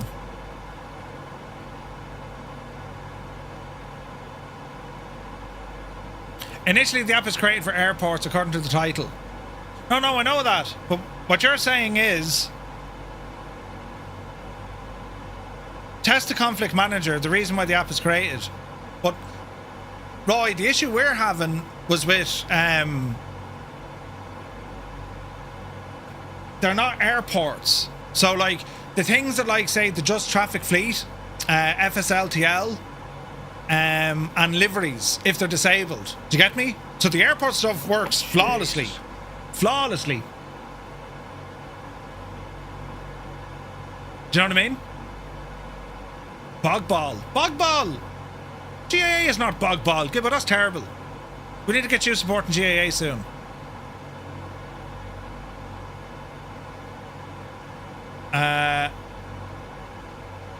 The Blaze, good to see it. It is native. It's riddled with WASM crashes, so you need to delete the WASM folder between your flights, but you don't need to exit the sim to do that, which is good news. You know. Sweet. Okay, will do, Roy. Awesome. So I suppose what we're looking for then... the sim wouldn't necessarily... well, it would. The sim would show plugins as well, so these would be classed as plugins. Do you know what I mean? So yeah, we can do it for plugins. That would just be very handy. But lads, that bit of software I'm using is from Just Roy. It's available over in our Discord. You'll see it under the add-on section. Basically, it's an airport conflict manager. You'll see if you have a third-party airport and the sim has its own handcrafted one, it'll tell you if there's any conflicting files. It's just a way of telling you what's going on in the system. Very handy. Zybot, good to see you, buddy. Hope you're well. Right, so we're heading up to our first stop, which isn't far, actually.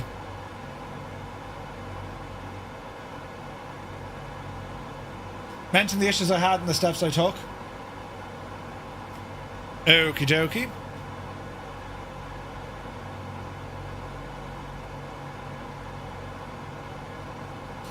Let us see.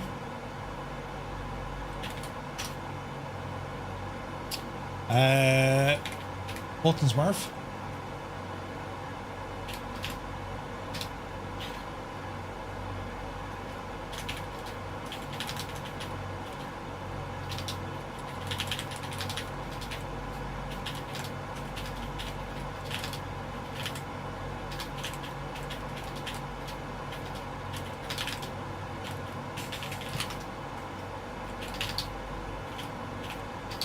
What did we say? Liveries.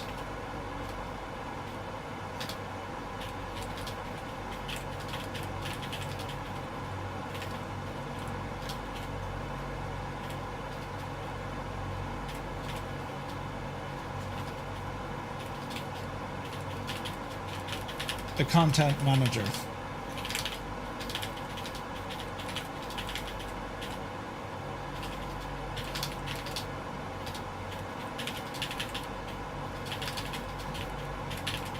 Right, hopefully that helps.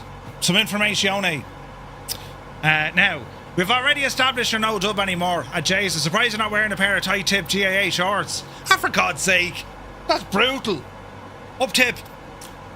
You're working on another tool. Nice. And you tell me to stop stirring. Listen. Sky Vagrant, good to see you, bud. So we're here in the DC-6. All is running terribly well at the moment. If you get these WASM crashes, go back to the start of the video. Effectively, make a link shortcut to your WASM folder inside where your sim is, and between flights you're going to need to delete that WASM folder. The good thing is you don't need to exit the sim. Just go back to the main menu, delete the folder, and then go back into your flight or start a new flight in the sim with the DC-6. It's a workaround we shouldn't have to have, but I reckon it'll be temporary because PMDG, they're aware of it. So hopefully they can fix it. This is terribly nice up this neck of the woods. Look at the state of that scenery down there, look. Jesus. So at the top of all this, that's where we're landing, in between these mountains. And we pretty much follow on all this river. Then it gets into a bigger lake. This is terribly pretty. Terribly, terribly, terribly pretty. As we're out for an out spin. Isn't it fancy, isn't it?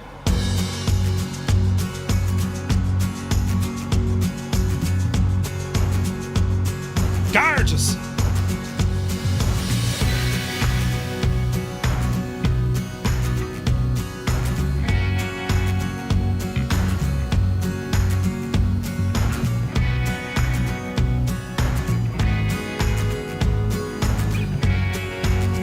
Man, look at that C160.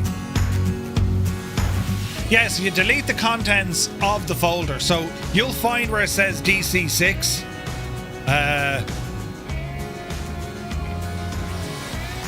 So if you go into WASM,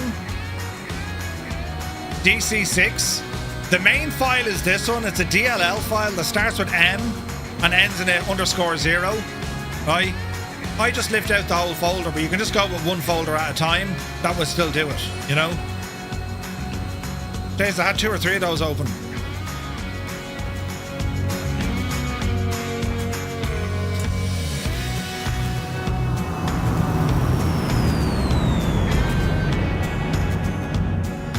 Beautiful.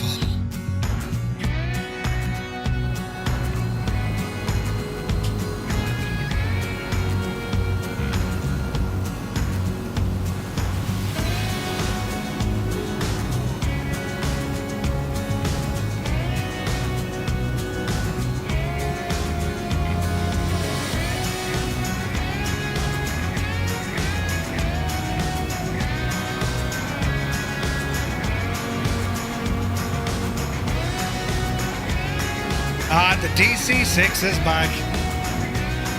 Absolutely gorgeous.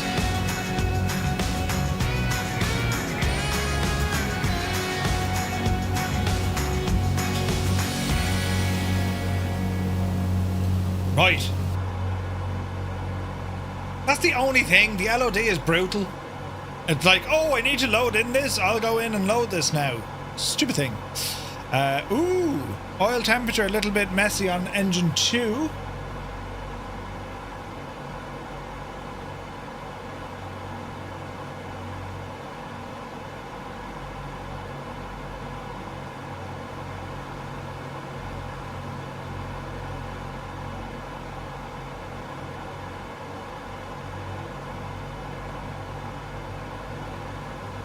There we go. Little course corrections. We need a proper DC-4. It's so close to the DC-6. Hey, Sprockets is here. Good to see you. Sky Vagrant, very same. I haven't noticed any differences. It's the same flight model. We'll know now in a second when we hand fly it. So, we're going to deactivate the autopilot. Autopilot off. We have control. Now this is where things get interesting because we need to bring back some of this power. And our aircraft ain't going to like this, but it should be grand. It's only temporary. So did you hear that beeping horn? We can turn that one off down here. The landing gear warning switch. Right? Now you'll see our speed is quite high, so if I increase the RPM, that's going to help a little bit. And we'll also get some cowl flaps open here. That's going to help with drag.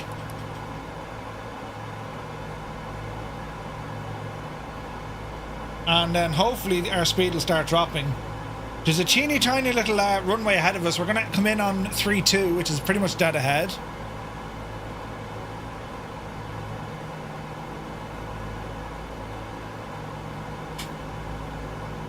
We're a ways out yet, but we'll keep dropping. This is gorgeous scenery, man, isn't it?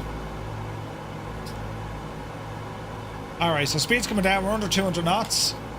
Small bit of trim just to take the pressure off us. Go ahead, get some lights on. Oil pressure is giving out to me, but we're alright for the minute. Let the speed come down, drop a bit of altitude. Small bit of power coming back in.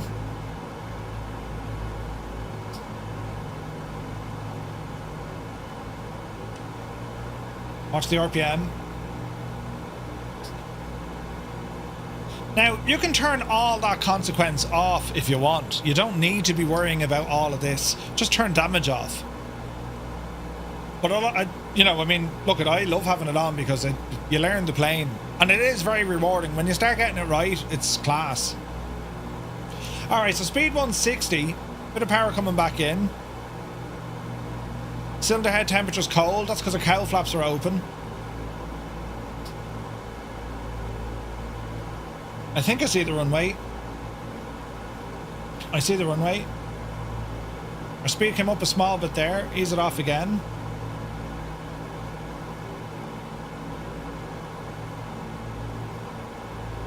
And we'll try and put this down for a first landing. What do you think of the DC-6? Does anyone here not have the DC-6?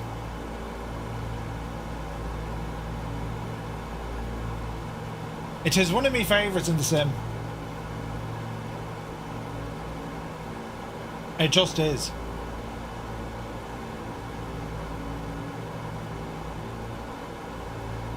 Alright, speed is 160. Don't have it. Don't have it. You're on the fence. Jesus, a lot of you don't have it. Wow. Stu Snape doesn't have this. Ah, for crying out loud, Stu. Margin, do you have it?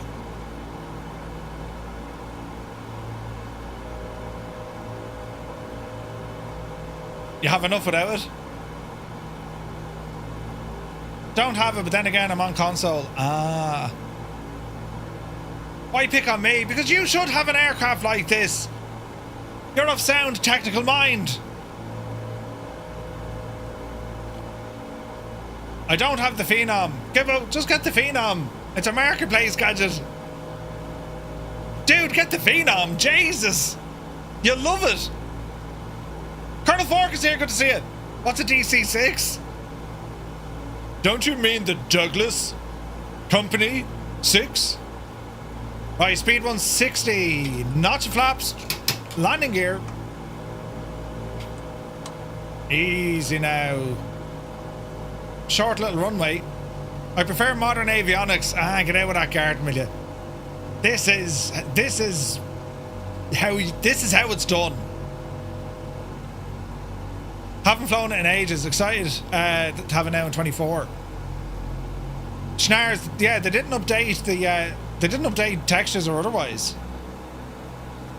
Yeah, I'd much prefer GTN in this rather than the GNS. All right, loads of flaps thrown in.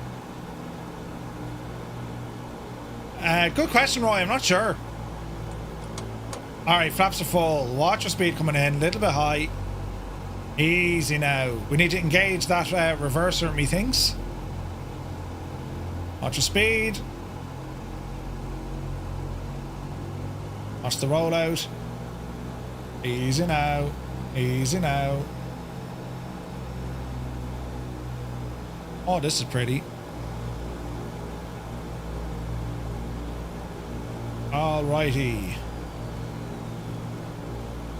Easy does it. Dreamy, sleepy, nighty, snoozy, snooze. Stu!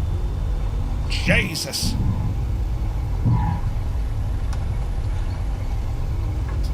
Reverser! Haha, look! I can do the thing now that only took me 6 jagging years to learn. Oh, yes. Alright. Turn to the left. Bring those flaps in.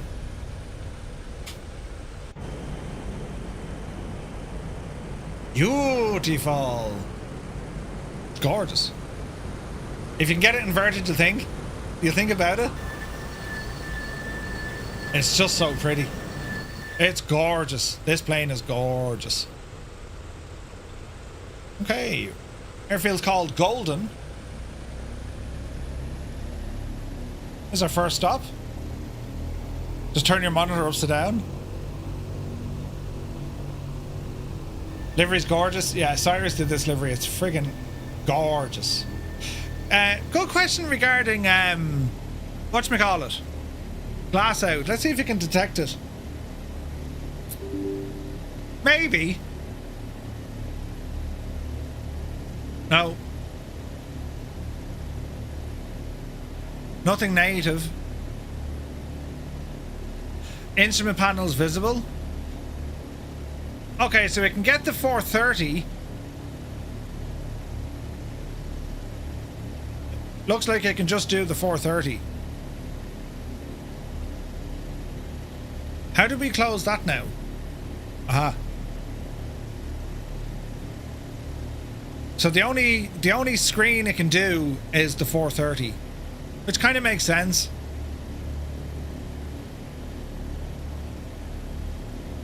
All right. Jesus, who's this coming in? Mangst absolutely bashed the runway out of it on yourself.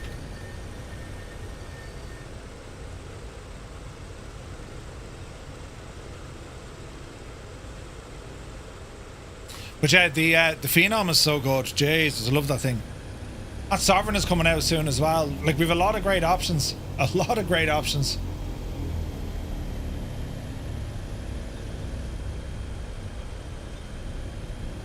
Gibbo's preference though, it's always been Airbus.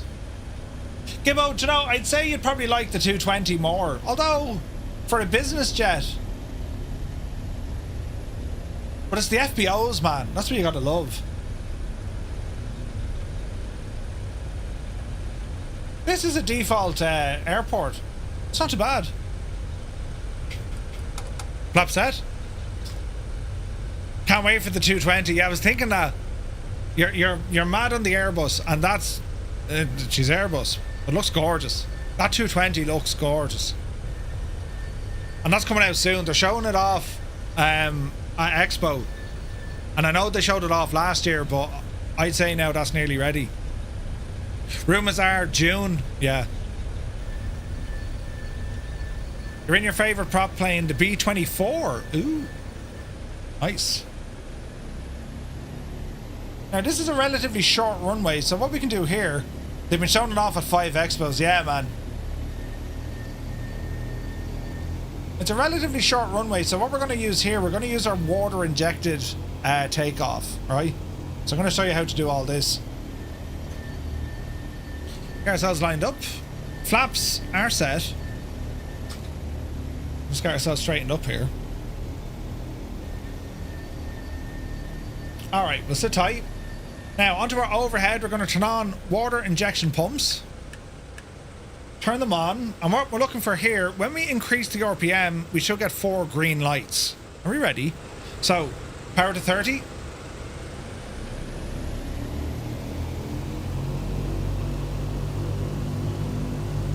Now we're going to increase to, I think it's 47 these kick in.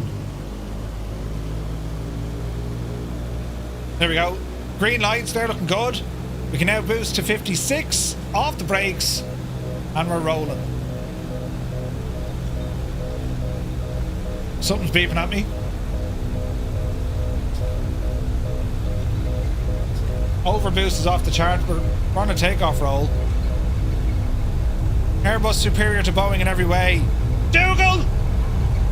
Lies! Speed look good. 100. Yepsy daisy. Positive rate and gear up.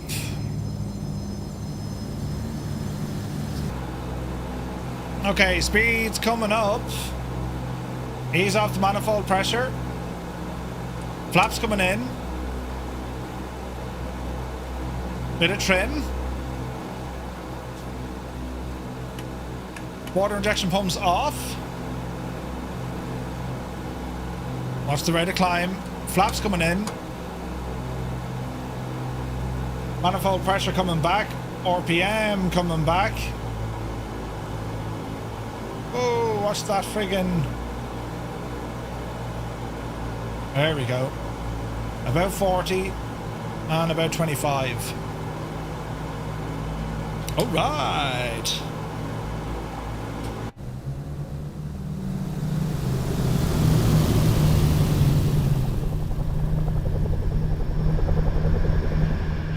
Hope Naughty isn't watching this. Hey, Kieran Niall, good to see you. Yeah, the 220 Synaptech. Jesus, then it looks good, doesn't it? Okay, cowl flaps.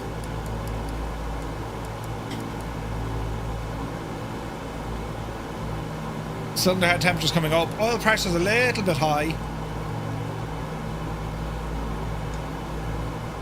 Alright.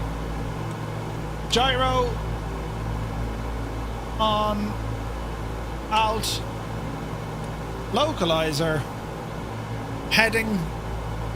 And a little bit left. There we go. Lights. Speed is coming up. Oil temperature still hot as balls. We'll go 3,500. And we're back in the green. Alright.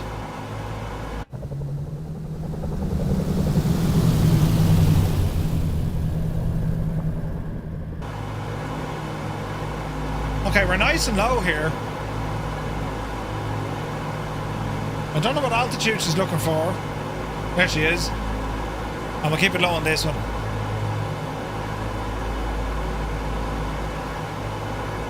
Alright, so we're pretty much following this river all the way up. We're going to come to like a big... Well, it's the Columbia River, is it?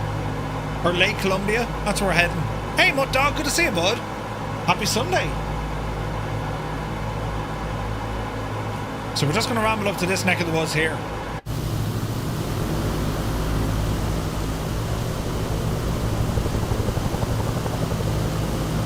Someone's in a Huey or a Chinook.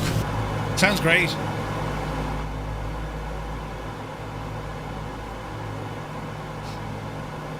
I always wanted the DC-6 sound a little bit more oomph.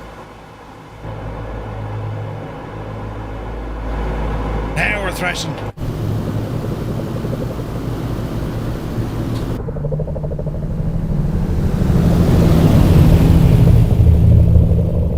Yeah, baby.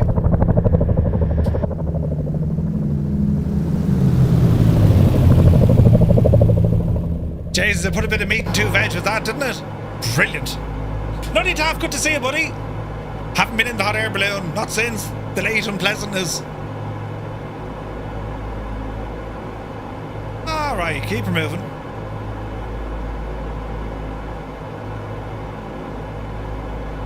Oh man, the DC-6, it's friggin' gorgeous. Love this machine. Simon20, good to see you. Happy Sunday, bud. So we have a busy week ahead of us, lads. I put out my old posts earlier on Discord and on YouTube, actually. So what are we doing? I'll show you, look. We've already seen it, Murph. Yeah, but I'm going to show you again. So, ding.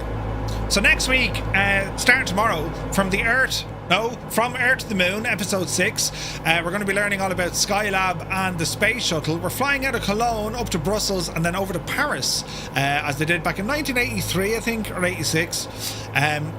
The shuttle carrier from Lord Freeware is working. Tuesday evening, we're taking out the 777 freighter. We're going to fly from Manchester in the UK over to Shannon. And we're going to be using Say Intentions on that.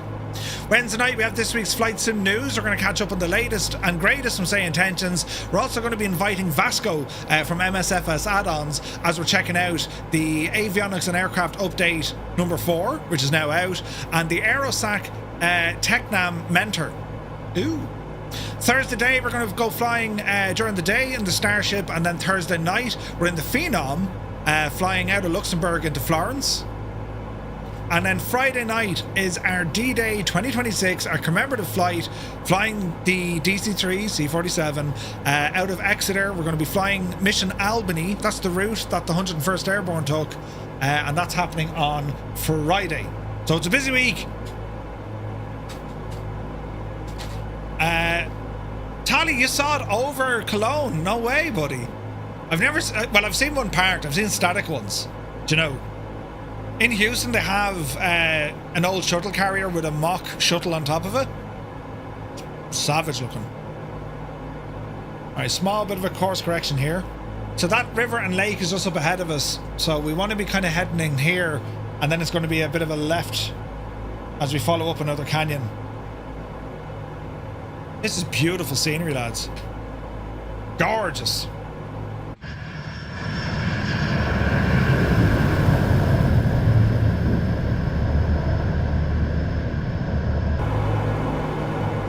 We got some jets to this as well. Nice. Mind the mountains, Murph. More to the right. Engines are good. AN225. Did I not do the AN225?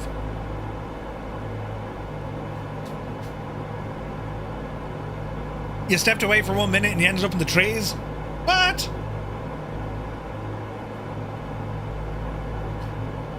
AN225 was the Soviet shuttle carrier.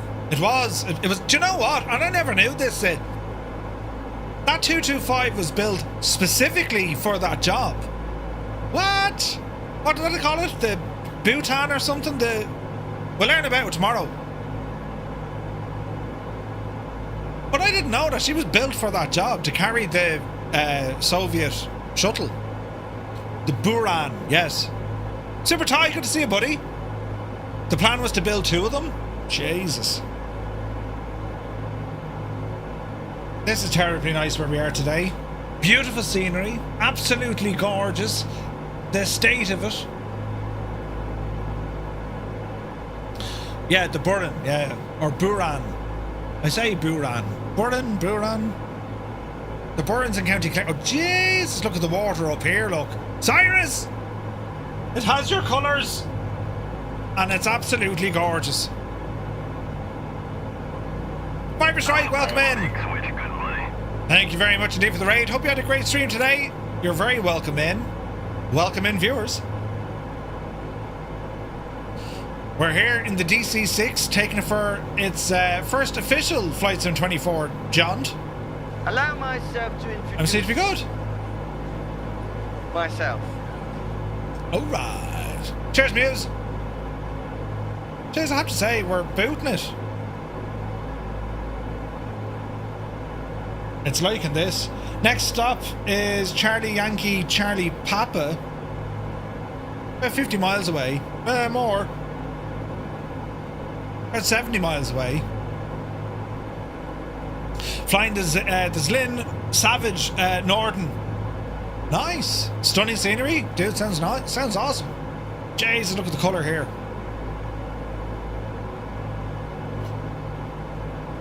Jamaican Rambo. Cheers, buddy. Good to see you, bud. Yeah, it is looking terribly nice. Terribly nice.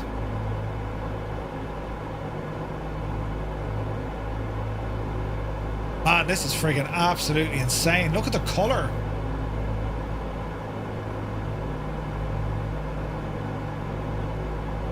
Look at the colours here. Reminds me of like Banff, even though we're nowhere near Banff. That's mad, isn't it?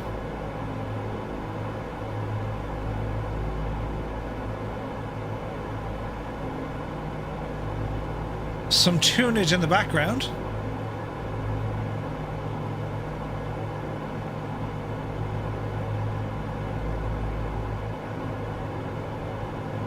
All right. Man, this is absolutely gorgeous. Look at the colour of the place.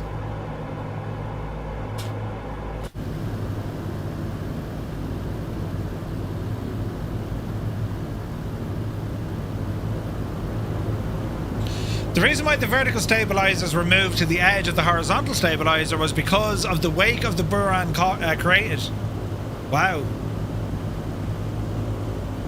Looks like the spicy water you see at quarries. Yeah, it's unreal, isn't it? Must remember not to go and make the wife a cup of tea. You nearly hit the mountain? Jesus, look at this, lads. Beautiful. And we're doing good speed.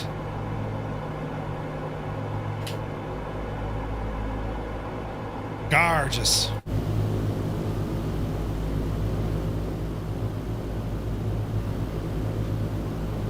It's the Verpal Warbird with a Constellation Alpha. Is the hardware?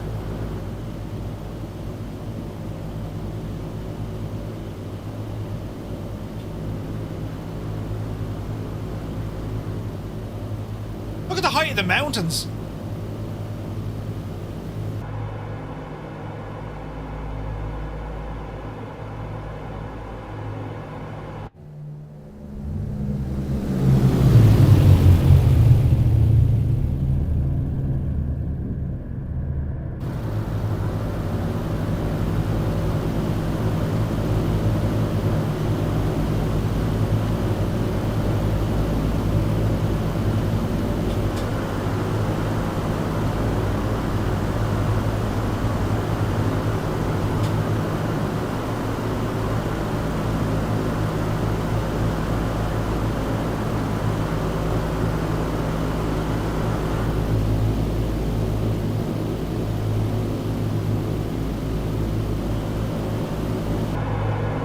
Go asking, did I try that plane spotting app yet? I haven't, Gibbo.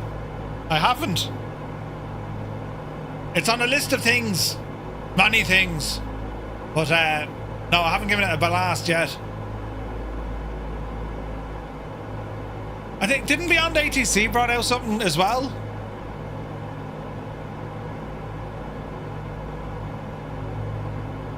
Does it track multiplayer aircraft though? Maybe it does actually.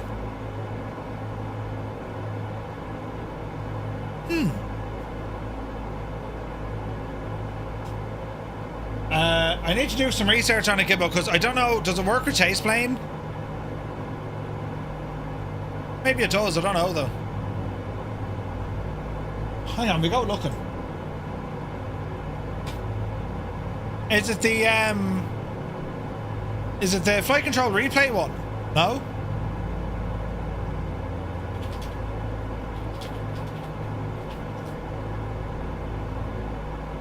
Oh no, it's Spotty, isn't that the one?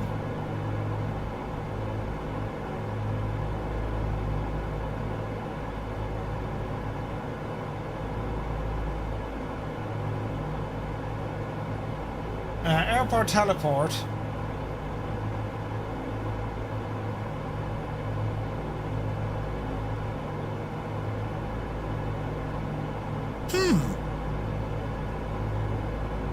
It's in my inbox. That'll tell you. Yeah, Sky Vagrant, you need to do that. In between each flight, otherwise you're going to get a WASM error, unfortunately.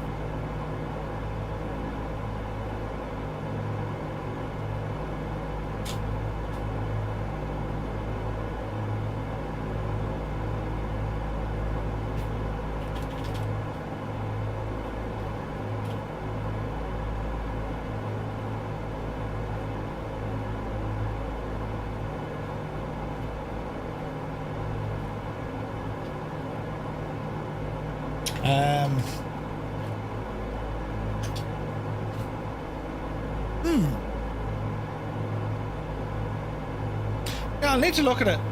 I'm unsure did they do multiplayer though. I know they do AI. I mean, I imagine they do multiplayer.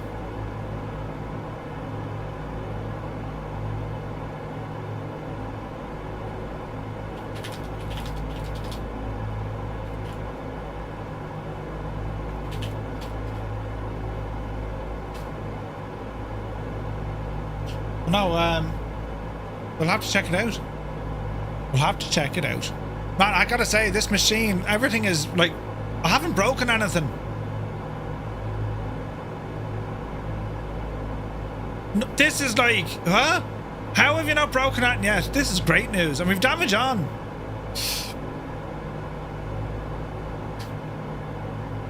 Yes, yeah. Emphasize on the yet. It's so pretty. I'm looking forward to our flight on Friday as well. The DC-3, haven't flown that in a long time. Ah, lads, look at the cut of this, look. Your mama, we got Recog, a game, Retriever Neil, a Go Tide, Gial is with us, Wicked Lumberjacks, Tenured, Rex, Romeo Sensi is there, Lunar Orbit, Febro, Grumpy Martin is with us. And I saw Mrs. GPHI up the road. There she is. I think Manx is up there as well. You're Sim CFI. Good to see you. Welcome in, buddy. So we're just rambling up, and then we need to find where we can turn and follow the little canyons. We can turn left up here. We can turn left up here and just kind of cut across. Or we continue flying and then loop around this way. Out by Mount Thompson.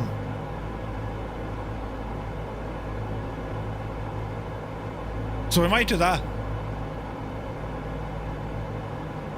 Try putting the prop back to 2250 for 1200. No, we're okay because I want this speed. Like we're well within normal limits. Like what you could do, like our RPM isn't far off that. We're on about what, 24-ish, right? 20, 21, 20, 21, 22. No, that's not right.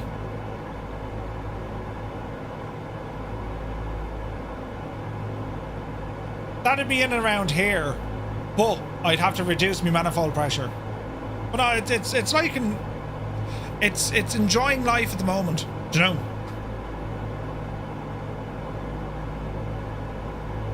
Plus, look at our speed, man. It's absolutely booting it, which is great.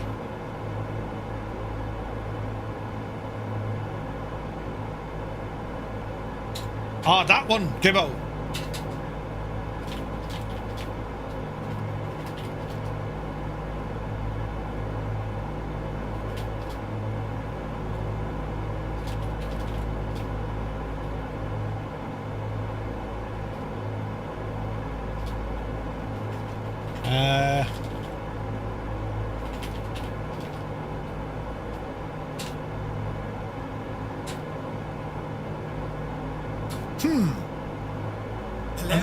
I'm just thinking we can go left here, or we kind of continue on a bit and then circle around. You know what I mean?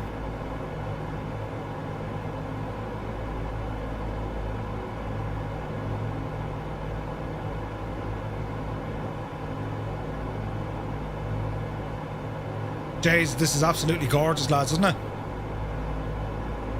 You always damage that thing, mostly in between flight engineer throttle, right? Pavel is here, good to see you. Welcome in. Like, there's a left turn we can do here, but that's going to bring me down the wrong way. So I want to go up past all of this. So I'm kind of inclined now to hang a right here, lads. And we'll just head up here a little bit. Well, yeah. Because even though we have an inlet there, that's good, it's going to send us the wrong way. So we'll ramble up this way.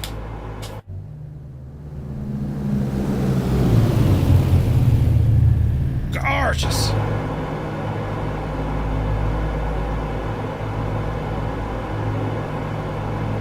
Man, look at the reflections there, look. Jesus. Alright, keep returning.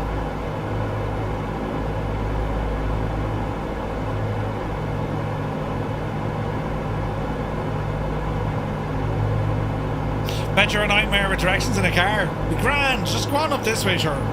Totally fine.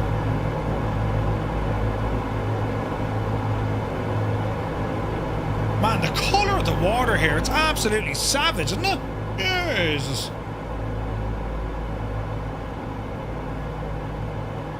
Alright, keep her going. So you kind of see, well, I hope you can see roughly what I'm trying to do. So we're going to come up this little bit of a ravine here, look. Follow the river, and then we'll see a gap somewhere along here on our left hand side. We can just traverse in. There's a bit of an entry in there, look. Because our next airport is Charlie Yankee, Charlie Papa. So we shall see. Scenery is absolutely incredible up here, isn't it?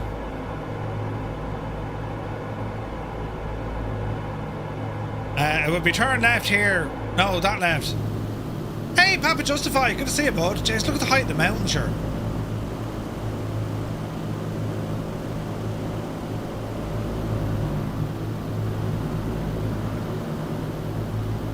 Here we're going. We're not well, I don't think so, no, we're not. I don't think we're in Banff neck of the woods.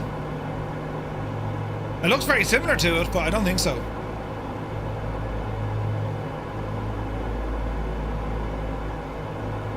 Keep it going. British Columbia, it's stunning, yeah. Stunning. Okay, she's behaving. Everything's so far so good. Fuel quantity on our main tanks, we're still good. We'll probably jump onto the alternate tanks in a bit. We can get to those by dropping them down.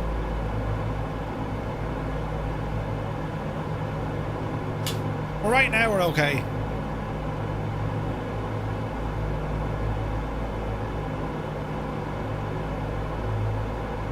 Keep her going.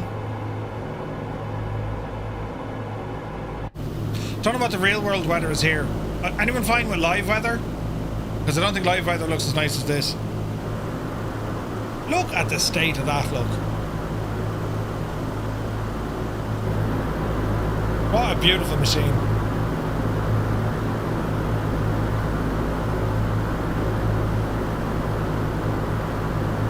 I wonder should that camera be different?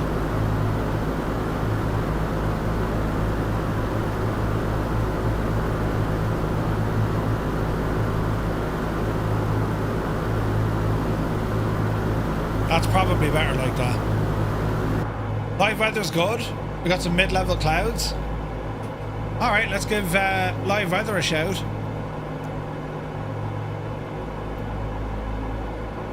This looks pretty.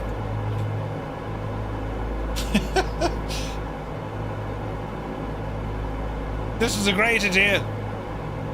Neil! Retriever Neil! Oh no, it's tenured! Tenured! This livery makes the aircraft. It's a beautiful livery. Absolutely gorgeous livery. I love this.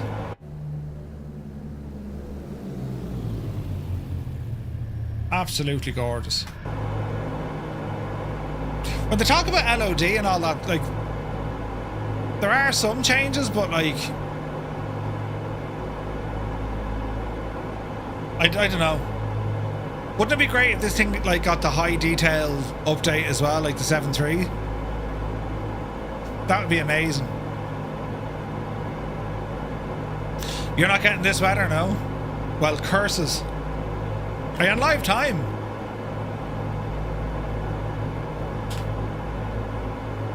It does look friggin' gorgeous though, doesn't it? Like, it looks gorgeous. The mountains and everything up here. And the colour of the water. Yeah, 100%. It looks great, and then like, is there going to be a mountain?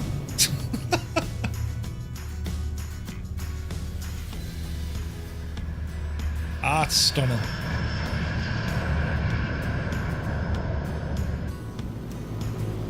Absolutely gorgeous.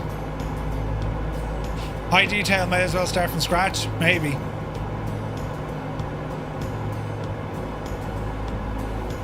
Five cups of PMDG coffee. Yeah, they drink expensive coffee in their studio.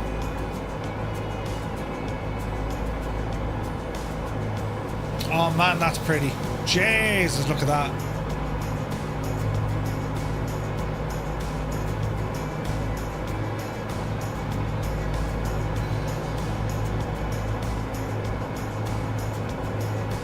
Sunjammer says, that's a lovely piece of beef I've just cooked for myself. If Murphy wants a piece, he'll have to wait. Beef, you say?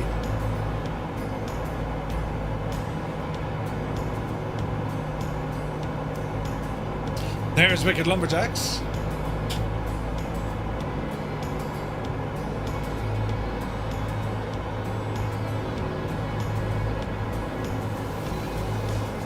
So like the DC-4 in comparison to this, they're very, very similar. Very similar. There was a DC-4 at the Aviodrome, wasn't there? In the Netherlands? Oh no, was that? No, that's a DC-6, I think. Or is it? Just I can't remember.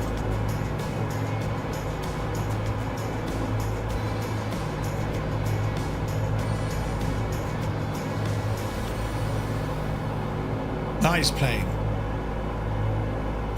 Roast beef, Yorkshire pudding, and roast potatoes and mixed veg. Jeez, a Sunday roast. Sunjammer. There goes Mrs. TPHI in something extremely fast and upside down. You're in an F-14. I need to install an F-14 because it disabled half my stuff. You need a trained eye to tell them apart, but the engines are pointier on the DC-6. Are they? Interesting. Man, the silhouette of this airplane is just gorgeous, isn't it? It's a stunner.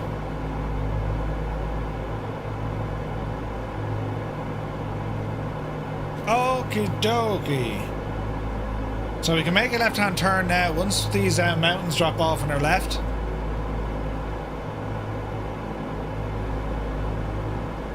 Which they will.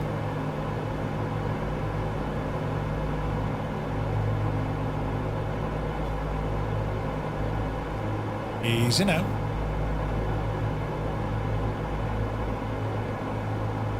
Like, I would love for, do you know, I'd love for a DC-3 at this level of fidelity.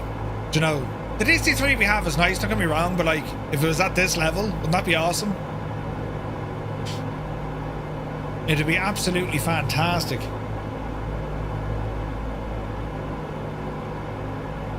Right, we're going to be turning after this mountain ahead of us kind of drops off.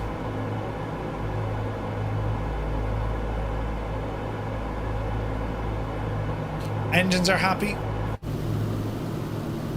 And if the engines are happy, well then I'm happy. That is absolutely insane scenery, isn't it? Look at that. Just a random route in Canada. Check the bar. What you do in the bar?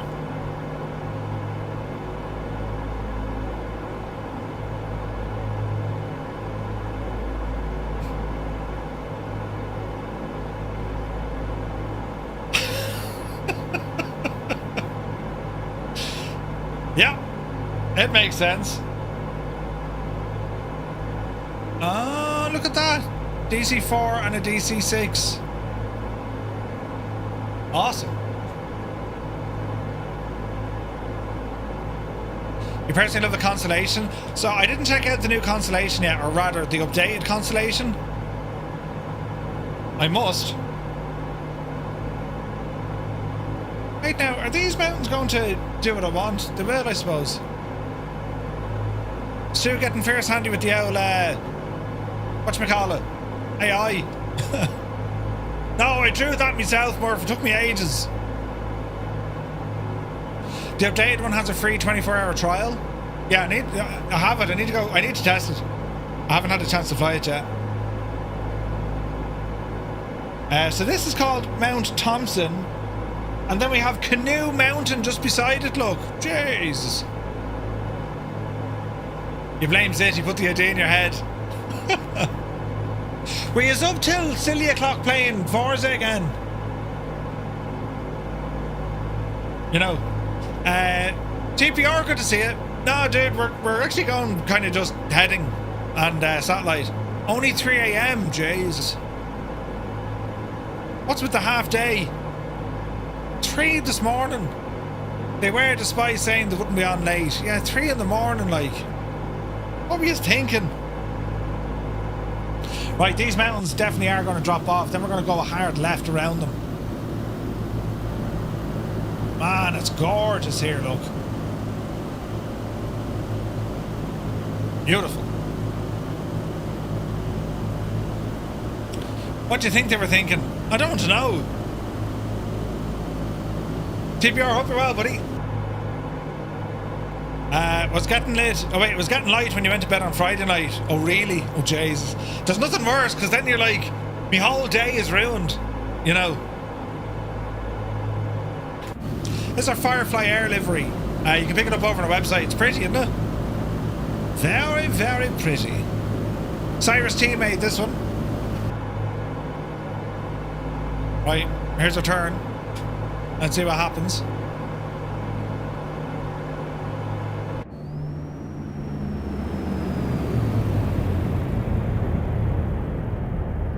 Keep it turning.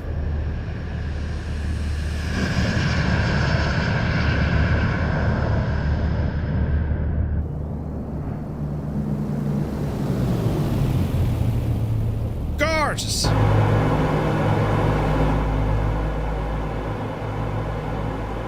Keep it turning. Now, big mountain ahead of me.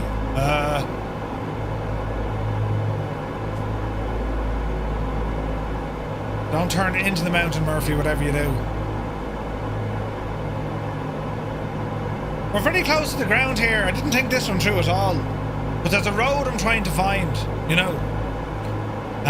You didn't get up till about 1:45 on Saturday. Ah, Jesus, really?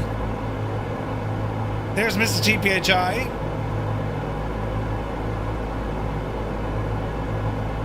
%% prices are still good. Here's our left turn.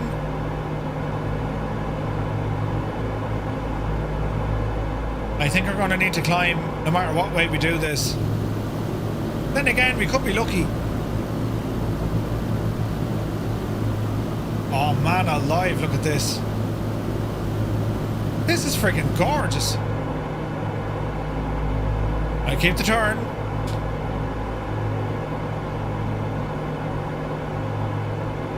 We're going fairly lively here now.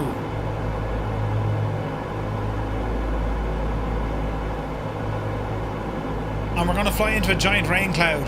Yep, this makes total sense. Ah, turd, got you now. Yeah, we've no way of getting delivery onto Xbox, unfortunately. Still. After all these years.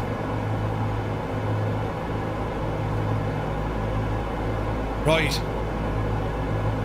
This is pleasant. Imagine driving on that road though, like Jesus, the views you'd have.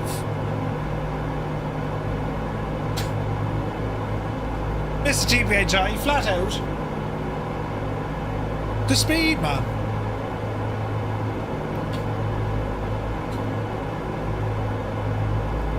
Tell me, Stu, did the wife not absolutely bait the head to you that you didn't get out of bed till like 1:45, no? Yeah. We're going the wrong way. We're not going the wrong way. We're going absolutely bang on now, Susan, where we're supposed to be going. We just need to be very careful because there's mountains here that if we get this wrong, lads, that'll be it. Game over, ball burst. And it's raining. Alright, lads. Follow me. 'Tis grand and safe. You know, except for the bit where it becomes extremely dangerous and dodgy. Which is just up here, funny enough. You'll be fine. Grand. That vote of confidence. That's all we needed. So this airport coming up is Charlie Yankee, Charlie Papa. Runway 19 is what we're aiming for, so it's pretty much straight in.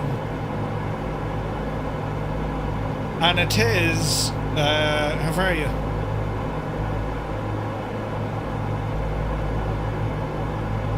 It's about 30 miles out.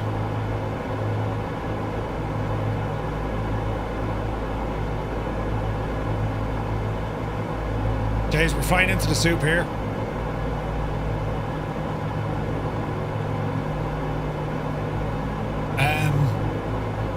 Yeah, this isn't dangerous at all. No, Neil, no. Jesus. We may hand fly this one. Upsy daisy.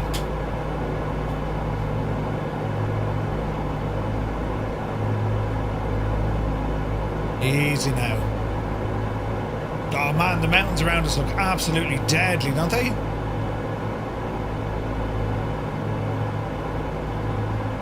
It's superb looking. Jesus, the scenery is superb looking here. Whose idea was this to fly here? It's absolutely gorgeous.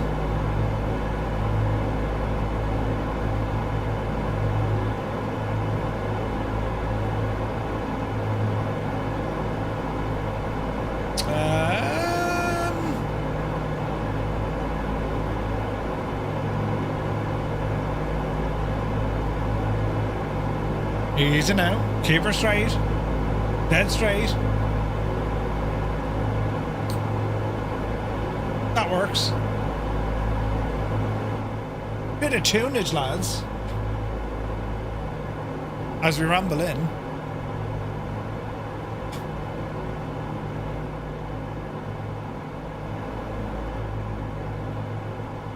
Beautiful.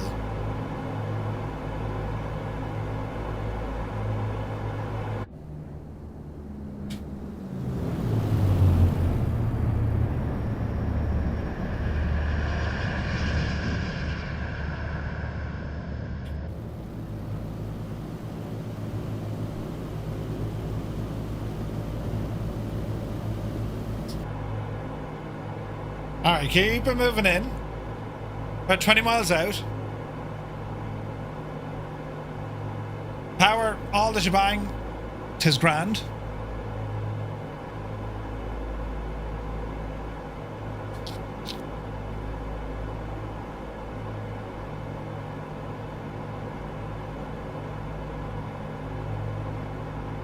Look at the road down there.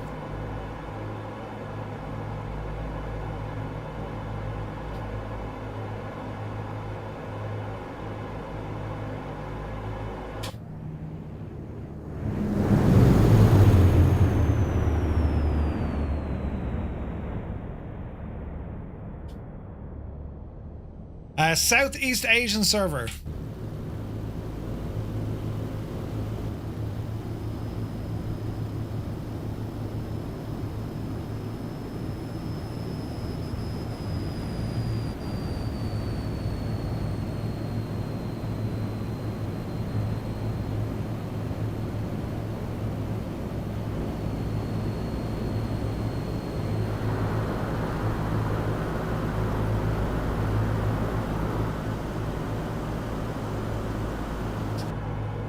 Jesus!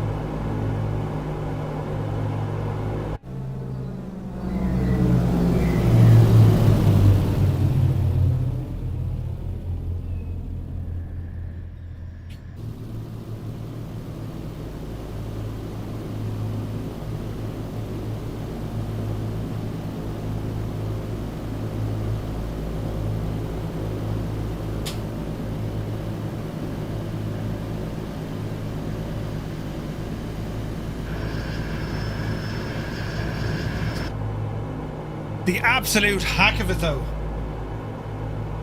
What a machine. What a friggin' machine. The thing is only deadly. Right, speed coming down. Let's get some lights into the equation.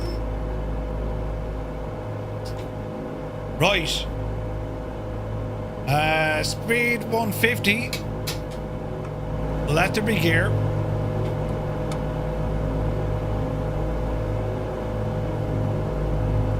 Easy. Follow the road. It's beside the road. Right. Oh, Bellbro, it's so good. Mag is here. Good to see you, bud. Aerobat, welcome in. I'm a Canadian with auburn hair. Man yourself. Alright, speed's looking good.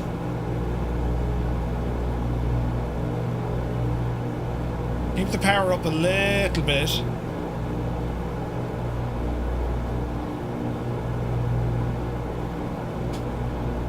There we go. We're just kind of, you know, ramble in.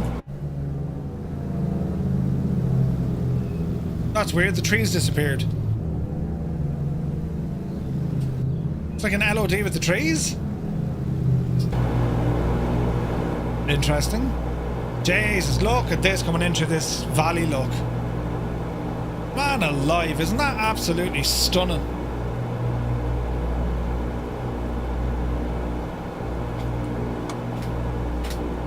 Is that a runway? It looks like a runway.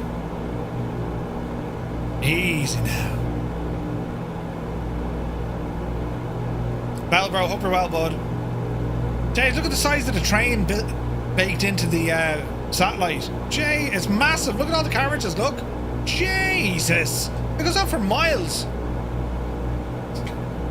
It's crazy.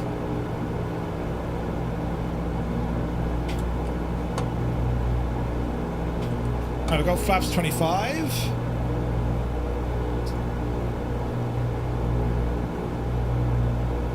Easy now.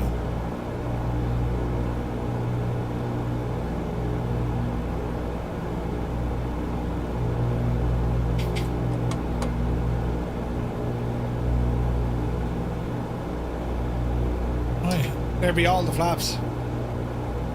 Some drag on this. Man, I just love seeing other planes flying around. It looks class, doesn't it? Right, easy now. Little bit of a wind.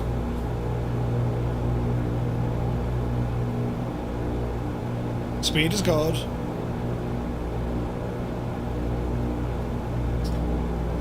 Engines not so happy.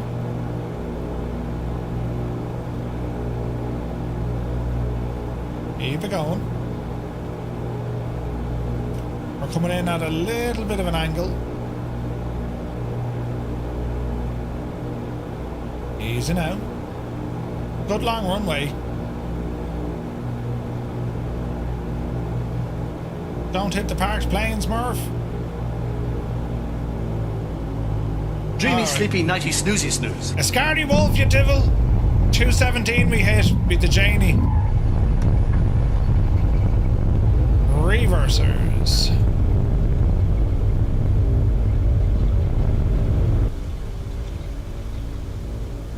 Ease off those sounds. Alright, flaps coming in. It was a left-hand turn.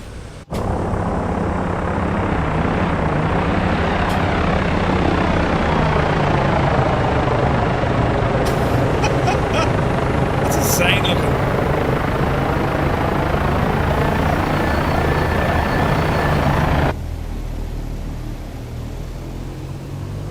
Ron Clemenson, good to see you, bud. It's called the Wheel. If you put in exclamation point wheel, Rambach Mort built it for Parallel 42's Flow Pro. It is awesome.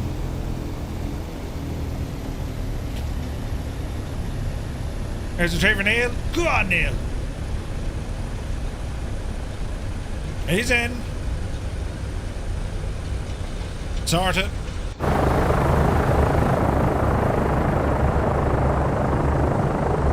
Man, what a thing of beauty. Isn't it gorgeous? Oh no, my engines. Engines nearly decided to go, you know, good luck. How's our fuel doing?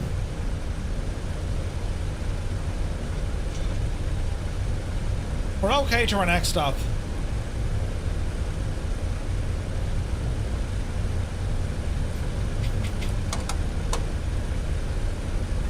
Do we use any tree apps? No, that's all default. There's Mrs. TBHI. She's shown as a phenom, or a phenom, but she's in the old F-14. At least it has it in a jet this time, though. Do you know?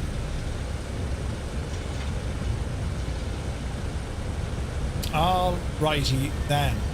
Flaps are looking good. Cowl flaps will open for takeoff.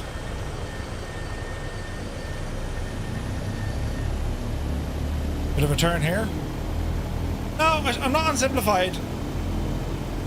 She's on high fidelity, but there's a ton of 2020 assets no longer installed. The F-14 being one of them. So all I'm missing now, I need to grab that GA mod because that'll put a few of them back in. So we're getting there. So far so good. Not a single stutter today, so Maybe it was the maybe it was running that traffic global with something else, you know. Right.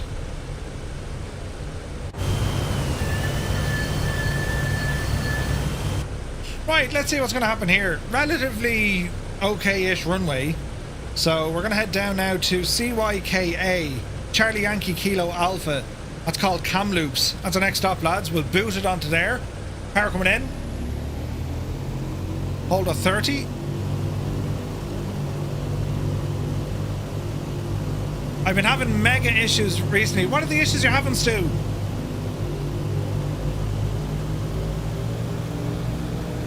Alright, off the brakes. We should have enough juice here to get airborne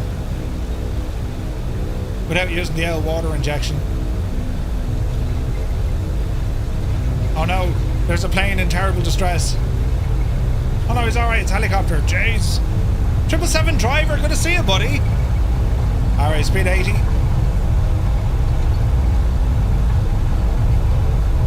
$100. Yeah, we're good. Oopsie daisy.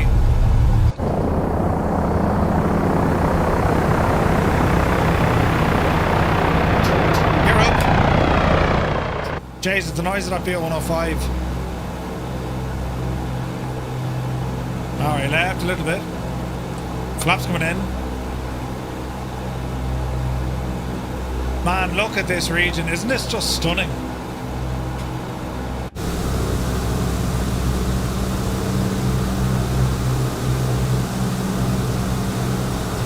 Beautiful. Performance is shagged, especially on the ground, even at smaller default airports. Empty out your community folder, start from there. Good call.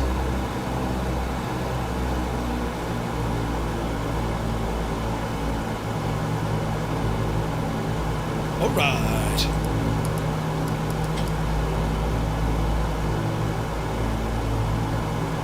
Just landed the Starship in Will Rogers. Nice. You flew it in from Juno. Oh, that's awesome. I'm going to fly that again on Thursday. 777. Starship is so good. Kanzui, good to see you. What was the flight time there? Will Rogers from Juno. Was it like a 4-hour flight? No? 2. Jesus. How was Forza Horizon? It was a lot of fun, dude. Sim running perfectly smooth last month. Nothing major added. Nothing changed. Just start deleting off the rolling cache and all that stew. 4 hours, yeah. Flight level 320. Jesus. That's insane, man. All right. So 40, 25.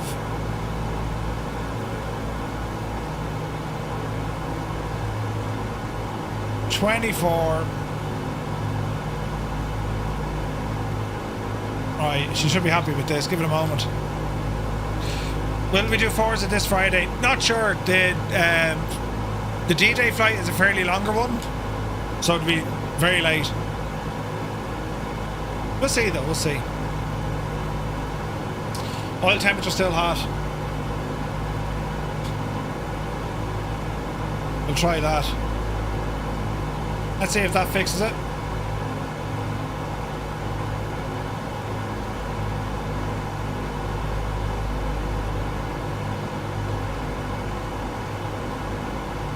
Reduce a tiny bit of RPM. I imagine this will come in right now in a second. We'll try some buttons. Cross Hyperu, dude, thank you very much indeed for the raid. Good to see you, man. A very happy Sunday. You joined us, lads. We're in the DC-6. For anyone who's got the updated DC-6 for flights in 2024, there is a WASM issue. What I'd recommend, create a shortcut to your WASM folder and then in between your flights just delete it, because the WASM issue seems to be okay at least during a flight. It's only when you start changing things up again. Hope you had a great stream. Myself to introduce myself. Many thanks for the shout out, Muse. And dude, yeah, great to see you. Right, so I'm just trying to make sure we're flying okay. We have high oil temperature. Now I'm waiting for things to kind of stable out a little bit. We can probably reduce our RPM another little bit. Roughly there, right? Our booster, there's a big jump to that. All right, we'll see how it all behaves here now in a moment. Flying in Canada. Chaotic arrival at LGA, really? What were you flying? Okay, it's not happy with oil temperature. That's got to be RPMs, right?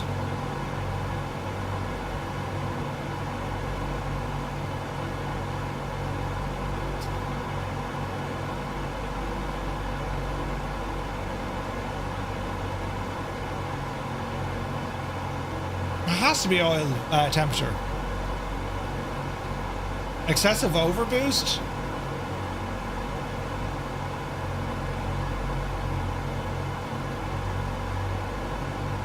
Like, it's moderate stress range, I'm not mad, you know? A320 flew the elite wings on VATSIM. Nice! That's awesome. Right, so let's have a look. Under 150 on boost. We're on about 32 on our manifold pressure and about 23 on our RPM. She's liking that. Tis liking that. How about the oil temp of the overhead?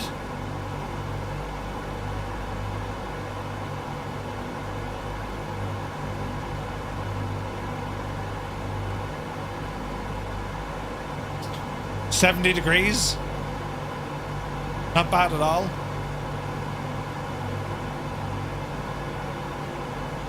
$70's actually, like, we can probably push the oil temp on this up to about 90, can't we? I think 90 is where it starts getting upset with you. Cross-hype, absolutely, buddy. Thank you very much indeed for the raid, man. Really appreciate it. And welcome into all your viewers. Lads, I hope you're having a great day. Very happy Sunday to you. And, yeah. Our next airport, Charlie Yankee Kilo Alpha. This is where we're heading to now. We're on the Southeast Asian server, if you'd like to fly along. Speaking of fly along. Oh, heck yeah. Beautiful. But because you're mildly cruising, it's all cool. Yeah. Man, look at our speed. 236 knots.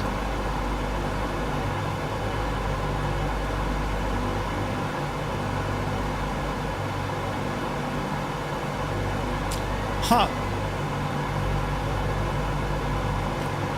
Number 2 is a little bit hot. We'll be grand. She's okay now.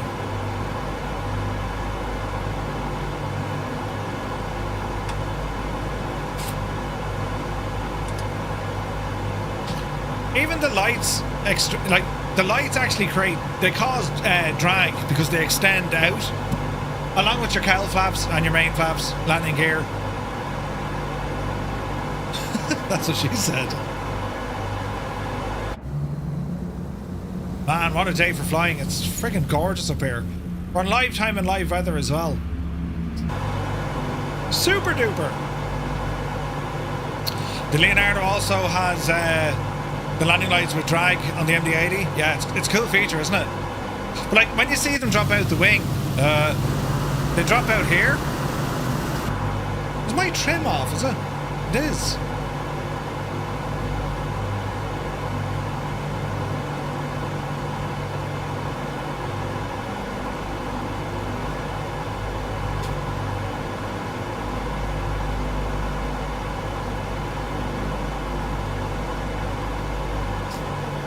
Trim is slightly off, that's interesting.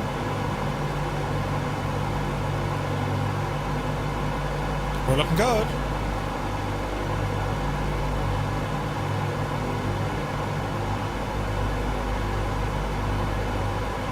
Alright, so Charlie Yankee Kilo Alpha. Shorter runways this time. It's like a glider field as well. Which it, well, I mean, you know,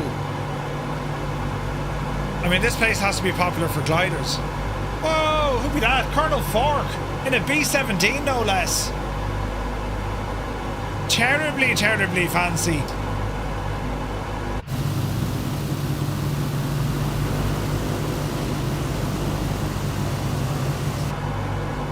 Very nice.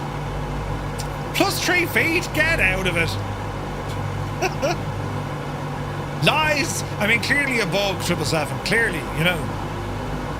There was no way. Did you even know you landed?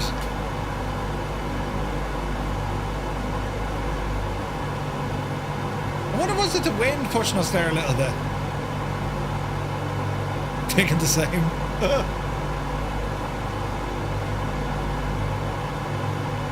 Easy now. Some of the twin Cessnas also have retracting landing lights. 404 and the 310, yeah. Well, I think with the DC-6, if you're flying too fast, the wind will actually push them back in anyway. I think. I'll try and deploy them here and see what happens, right?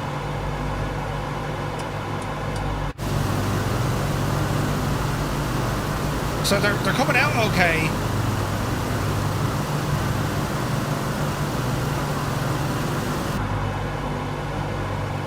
Maybe that's not modelled on this. They used to do it on X-Plane, I think. Around to the left.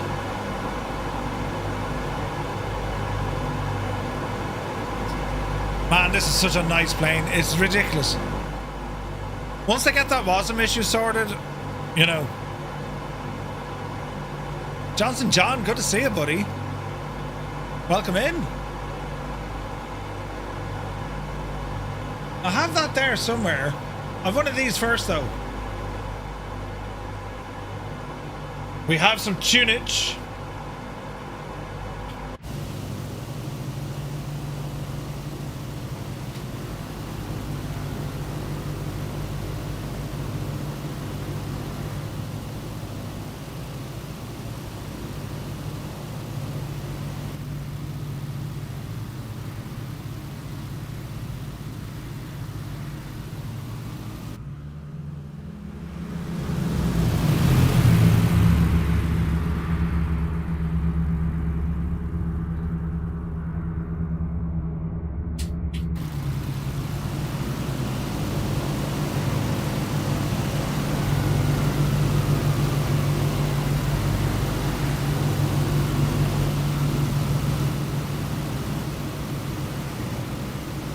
Man, the scenery is savage, isn't it?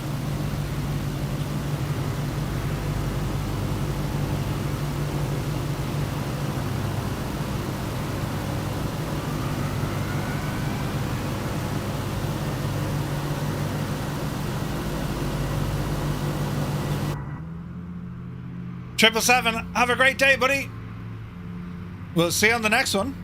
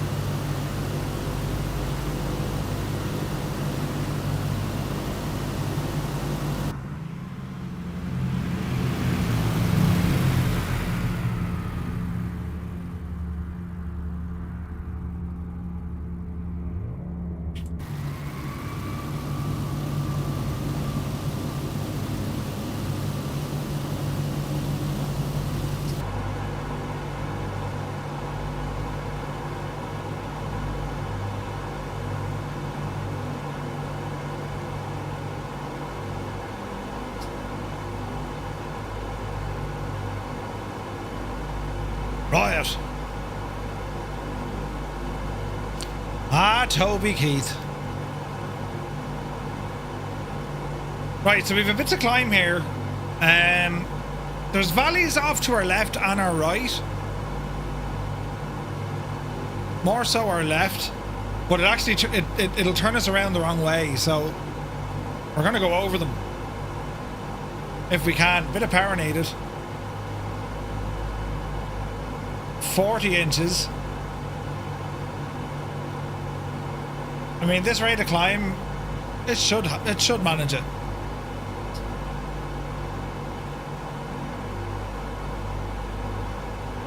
So we've got a big ridge here. We'll kind of handrail this until we pick up a bit more altitude.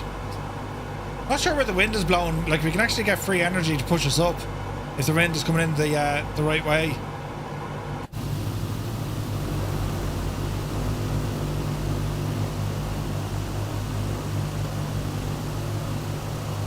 Looking good, lads. Looking good.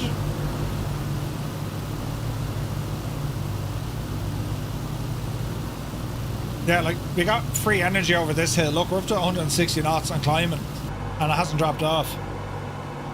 Interesting. So we'll keep going this way.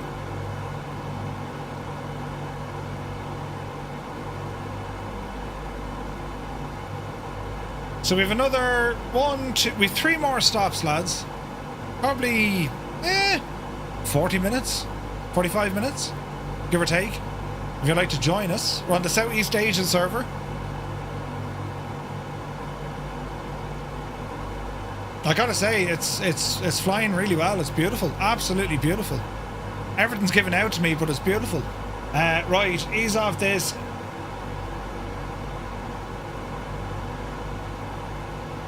And that should fix it. Cylinder head temperature is hot as balls, but that should fix itself. There we go. Man, look at the mountains there, look. Gorgeous. Look at this. Whoa, Stu Snape, you mad devil. In with 5 gifted tier 1 subs. Jeez, we're still in May. Thank you very, very much indeed. Lads, if you've got a tier 1 sub, but thanks to Stu Snape, do be sure to say thank you. The man is a legend. The last day of the month as well. Stu, thank you very much indeed, buddy. Look at Jesus, look at the lake up there and everything. That'd be cold now, but it'd be fabulous.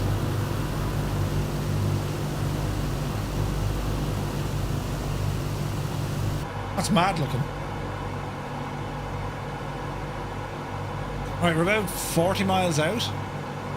Drop the nose now, we don't need all this altitude. And we'll keep moving. Speed's coming up, engine is loving it.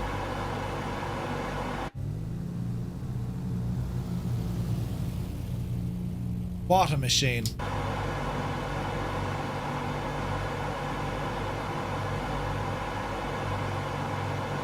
Those be some happy little mountains. Bob Ross. Friendly little clouds and some trees. Got to keep you supplied to Wicklow Wolf from Guinness Supplies. Thank you, Stu. You're very kind, buddy. Yeah, Wicklow Wolf, savage. Savage. And of course the Guinness.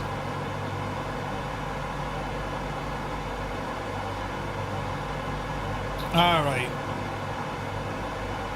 Down on the right hand a little bit. Jeez, look at our speed, man. We're booting it. This is deadly. Wonder how she look a little bit later in the day. Oh yeah, and the electricity to power up the fridge to keep your potato cool. Yes. So it's like it's 10 to 10 in the morning here where we are, right? What if we change the time of day to something more ridiculous?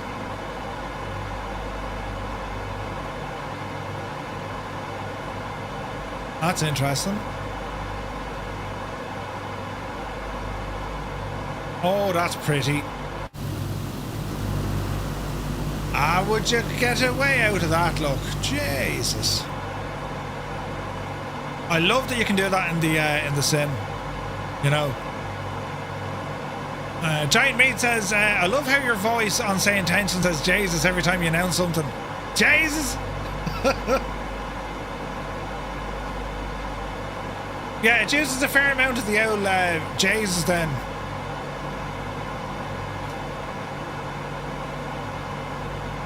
It's what it does. It's what I does. It's what I does. It's what I do. Just that was really bad. Interesting terrain. So it's going to be a tricky kind of a landing this one, but we'll play this by ear. 260 knots. Oil temperature off the chart again. Uh-oh. Username makes you giggle. I wonder why. And why is it Mrs. GPHI saying that? It can do 274. Wow. That's pretty fast. Mrs. GPHI, I'm telling you. We should rename you. Mrs. Inappropriate. Mr. and Mrs. Inappropriate. That'd be well, Mrs. Inappropriate and then Mr. Appropriate. That'd be a good kind of a mix. Mrs. Inappropriate.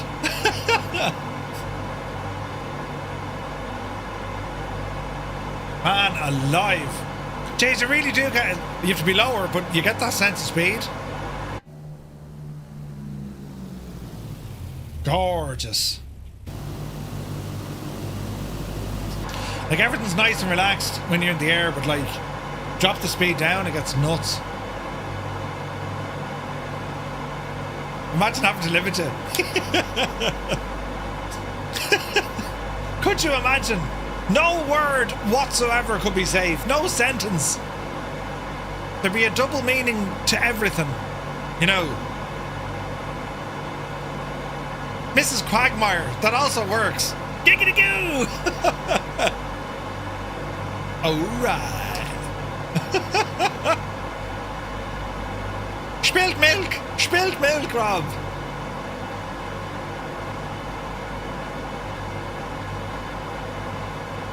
Oh, this is friggin' class looking. Look at the speed we're doing as well. Absolutely deadly. So it is. Through the mountains. Hang on to your hats, boys.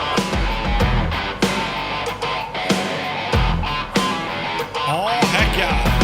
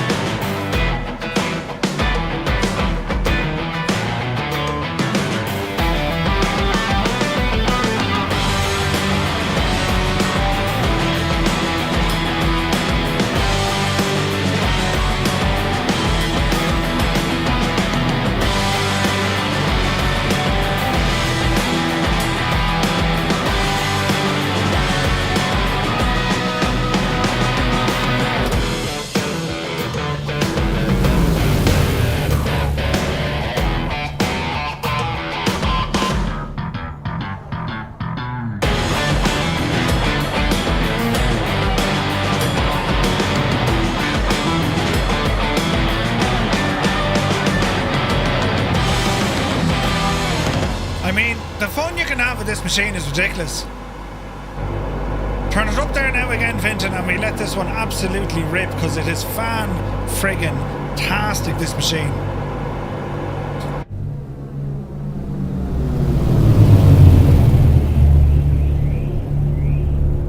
Jesus, though.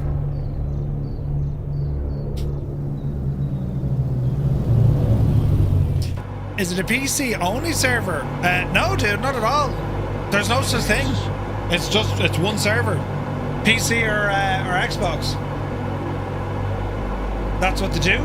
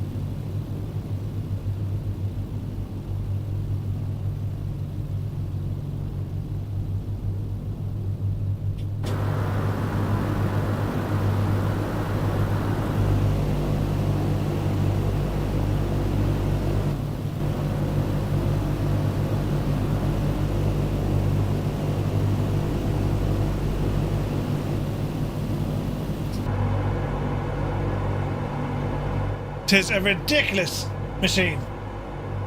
Right, I've checked the bar again. That's actually pretty good. Little Miss Inappropriate. Yep, Mrs. Inappropriate. What location? We are about 10 miles from Charlie Yankee Kilo Alpha. That is Mrs. GPHI right there. Right there. This is live weather, lads. This is stunning. Right, ease the power here. Gently does it.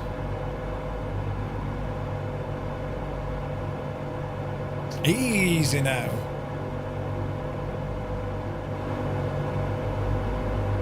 There's the railway.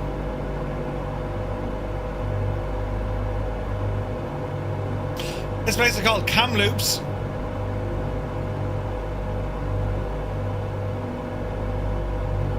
And it's only gorgeous.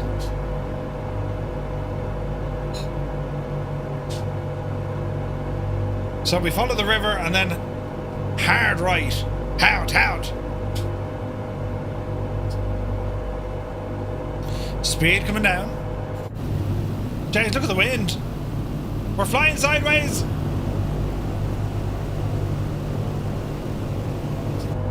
Alright, gear down.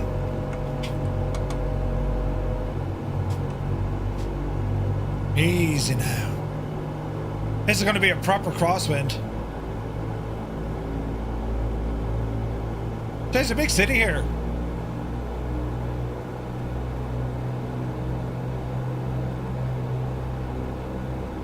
If you're on the piece...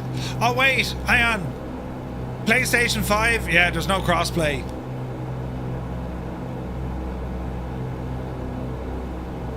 If there was ever a way to kick a wide, they kicked a wide.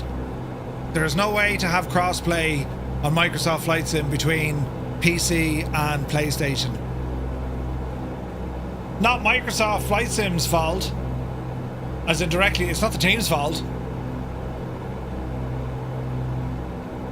Manafeed, they'll never do that natively, dude. It's kind of counterproductive, like they don't want people on old servers. Sorry, they don't want people on the older platform. Even if they say they want it maintained and that, but like, you know, they could have easily have had dual servers, but I just don't think they would have been able to handle it. You know? Alright, more flaps. And let's see if we can do what's called a very graceful, gentle landing, you know. There's a runway. Oh man, this place is gorgeous. Look at that, man. Canada, eh?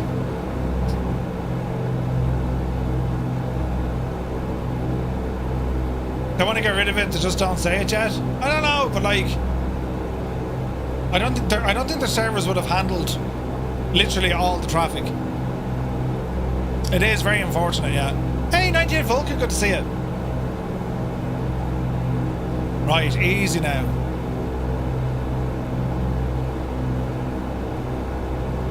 Way too many differences to connect the two natively? Not really. It's extremely easy to connect them. It couldn't actually be any easier to connect them. You're literally looking at SimConnect data. St. Intentions do it. JoinFS did it. You know, VATSIM does it.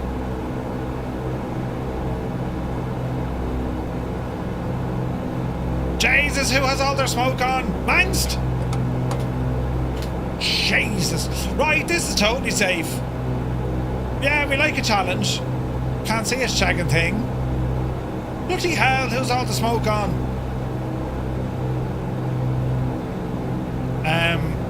Right. See, if I go above, I can't see. If I go below, I'll hit the ground. Ah, Jesus, this is terrible. Who? Turn off your smoke, will you? Jesus. Runway. Oh, Jesus. Easy now. Easy now. Dreamy, sleepy, nighty, snoozy, snooze. Stu! gently. There she be there now, Jamie, Jemima. Reverse thrust. Bloody hell, who's the smoke from? Michelle! Atoll! Look at us going backwards and everything. I mean, that skill you just couldn't, you know.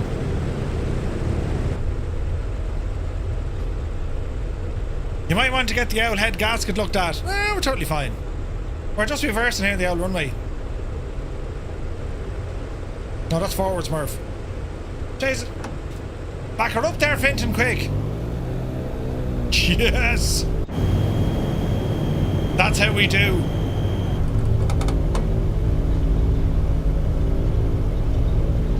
Good alternative to off, and then stew happens, yeah. To be honest, I don't think it's Michelle's fault. Some aircraft just render smoke all the time. Man alive, this thing can move backwards. Can't it? Oh Jesus, me engines. Oh, it really doesn't like full revert. Right. Did I shag them? Yes, Murph, you absolutely did.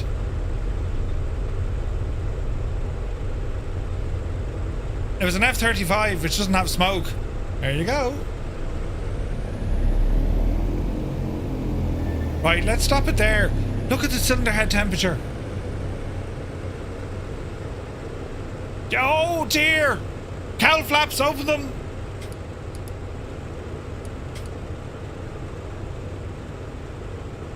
Look at this big just cool me pretties! Oh yeah, it's not going to like this at all. This is going to be damage all over the place. Right. Only took us 2 hours before I broke it. Right lads, next stop. Are we landing at that CAZ5? Sure, we might as well.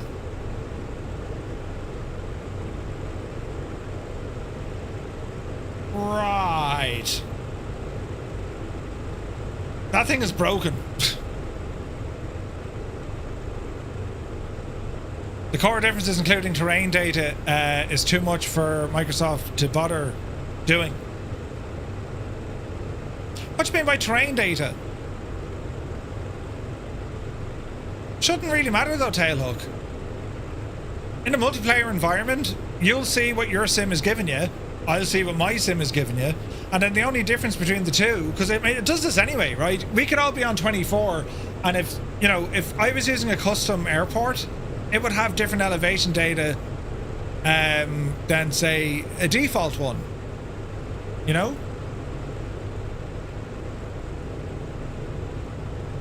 Right, cylinder head temperature is dropping. I couldn't go flying with them that hot, look.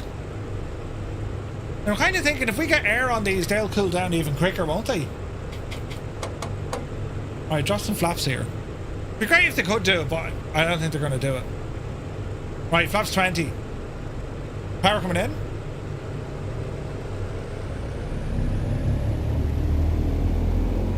Engine stable. Oh, I'm not quite sure, Stu. I think it's just crossplay between 2020 and 24. Right. We're moving. Airspeed alive. Coming up on 80. Eric, exclamation point, wheel, all one word.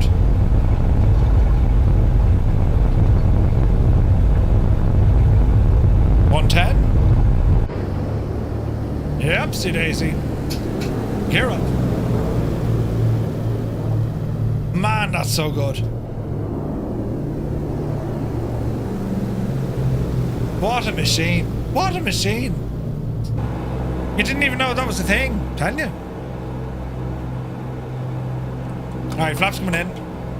Cylinder head temperature is considerably colder. Alright. Right, follow on the river. Thompson it's called, or Thompson Lake. Then it turns into a river. And then we keep her moving. You do need to have Flow Pro. Most definite.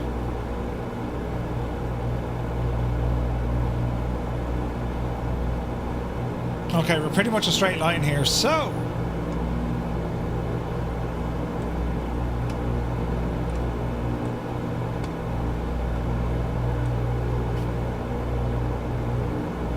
Hold or alt.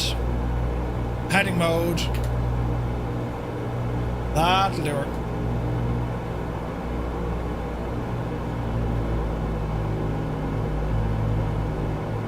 And something like that. Oil temperature is high. Cylinder head temperature is looking much better. So we can close off these cowl flaps. There it should be. Tried out the St. Tenson's widget for flow last night. It's only class. Oh, Malky, it's so good, isn't it? It's so good.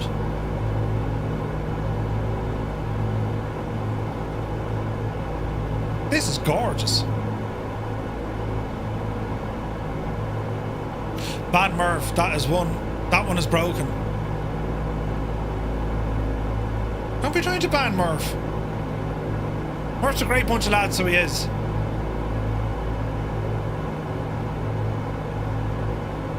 You got it, Eric? Sweet. Yeah, it works. You need Flow Pro for it. But you can customize it. I mean, I have extra things turned on here. It shows you the server, the nearest airport, but we can hide all that stuff. And this literally just gives you the this will give you like the options what you'd have in whatchamacallit, what you get from Garmin.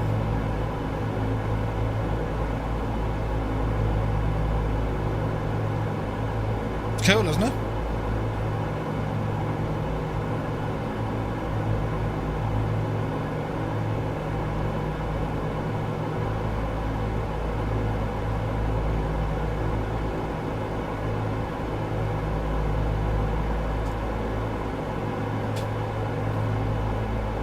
I mean, we're kind of going right. We can follow on the lake, I suppose.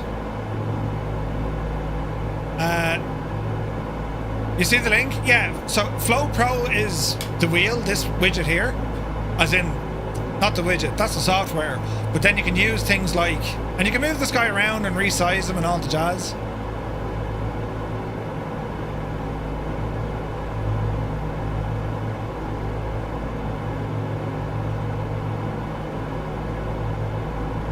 He goes there. Although that's very high up the screen, is it?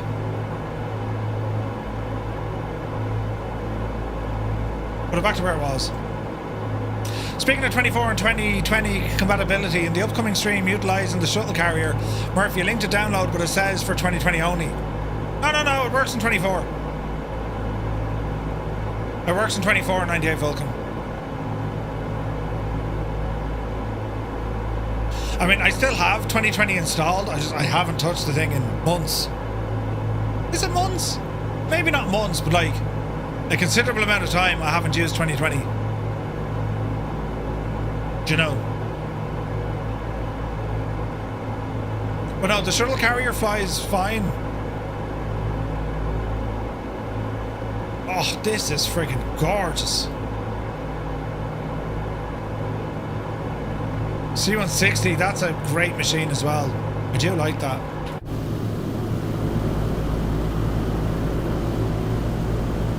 Hey, Kilburn is with us. Colonel Fork is still with us. What's the Colonel in?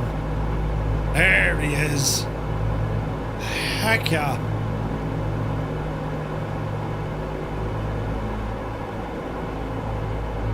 Meanwhile, Murphy's heading towards a big mountain. Transall definitely a good investment, yeah, man. It's a great plane. Great plane.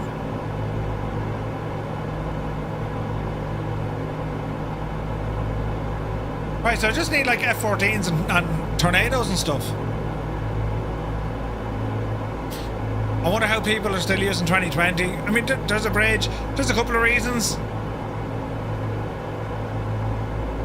I mean, truth be told, for a lot of aircraft in 2024, buy 24, or if you have Game Pass, a lot of aircraft does an upgrade price. Scenery, there was an upgrade price. You know.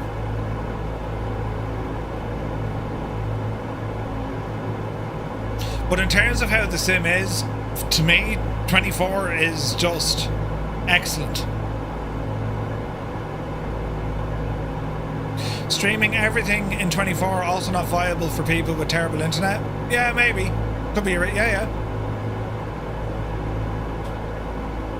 I don't think you can like pre-download areas like you could again. Like that's unfortunate. Lads, look at this terrain. Isn't this just savage? You stream 2024 4G is doable.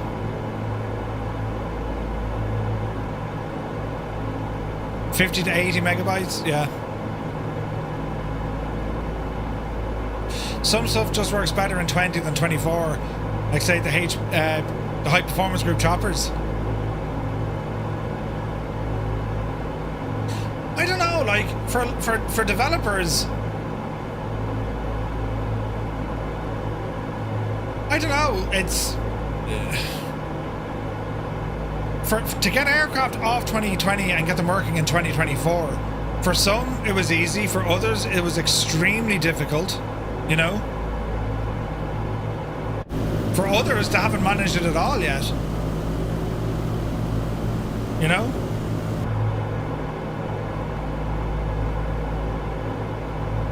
You've entered into Beyond ATC and FSTL from Flyby.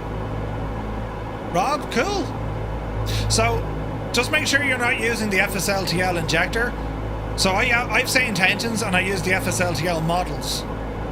I just think say intent, like for me, say intentions is just there's far more going on than just ATC. There's a lot more features that I like, you know.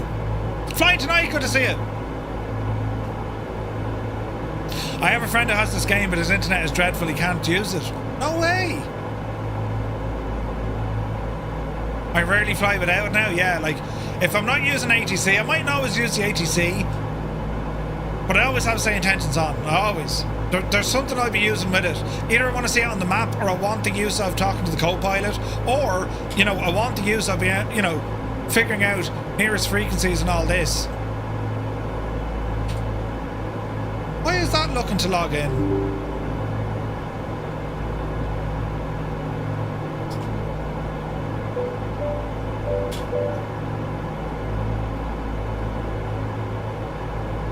Really?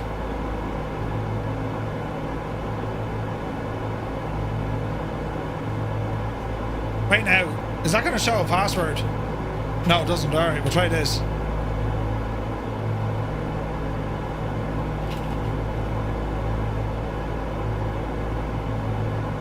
Do. Huzzah! All the available frequencies.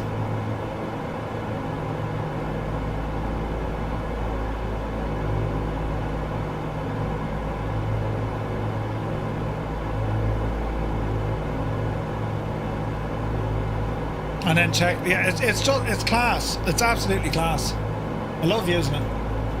Right, we need to land here. Autopilot coming off. And we're going to circle up this way. So, runway 15.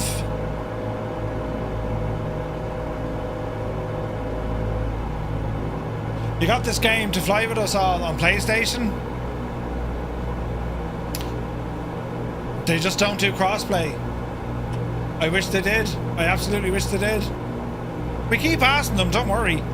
And never say never, they'll eventually get it working. I'm sure they will eventually get that working. Whatever red tape they need to cut through. Murph, you know I wasn't able to replicate that livery issue. You DM me. It's because they still have 2020 installed. No, that shouldn't matter, Roy. Completely separate location and they're not talking to one another. Plus, the OC doesn't install into 2020. So like the likes of Phoenix, for example, like none of them are on the same drive. So I don't think that's the case. Unless of course I'm wrong, which I could very well be wrong. Do you know? Does say intention inject its own traffic then? Yes. Don't use any other injector. Say intentions will allow you to use other models, right? But it has its own injector. It won't work with someone else's injector turned on. Not designed to do that. Right. Landing coming in, we hope. Is that a runway over there? Oh, it is. Jeez, this place is lovely as well, isn't it? Watch your speed.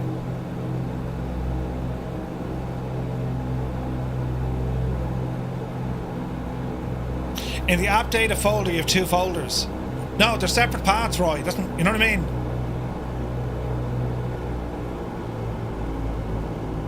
They're separate paths. So, put it this way. I can remove... 2020 goes in under flight simulator.wbl something or other, right? It has its own address. 2024 is under a different folder structure. It's called Limitless. So they're not inside the same. If that makes sense? Like, they're a different address, so they don't conflict. And even if you can remove one out of it, you're still going to have the same problem. So even if you temporarily moved, say, 2020 out of your app data folder, same result. It's whatever these guys were doing with deliveries, the sim is detecting them as a 2020 asset. Because it doesn't just stop delivery, it stops all deliveries, you know? One for thinking though. Live traffic injectors, not a great idea for ATC programming. How do you control the traffic? Yeah. Easy now. Jesus, we're coming in hot. Easy. Oh, Jesus. Short runway. Oh, are we going to get this down? I'm landing with a tailwind. That's smart.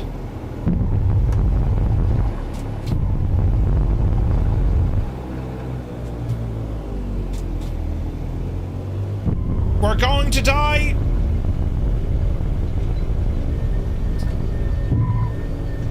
Jesus, that was close. So do you know what I did? I clicked the button for my reversers.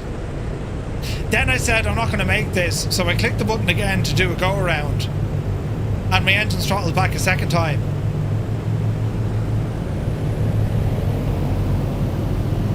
Good to know, lads, good to know. But yeah, like, so the live traffic rather that Malky is saying, for some folks it's fine, but there's zero way that ATC can control that traffic. It can't sequence it. You know what I mean? With say intentions, that's why it doesn't use live data. Because how do you sequence it then? So it uses gate scheduling detail, which is it seems to be the most accurate way to do it. I say accurate, it's the most realistic way to do it. Jesus, man, we nearly went off the edge. This is a stunning little airport. Dangerous now, but, you know, stunning.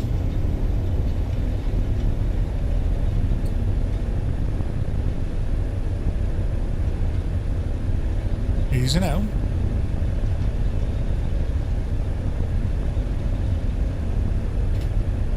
Kato! Oof! Abort!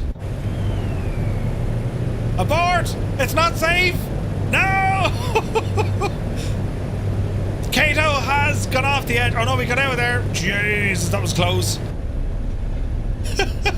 Brilliant. Who's the poor devil that fell over?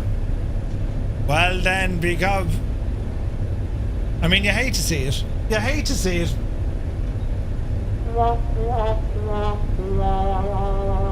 The poor owl devil.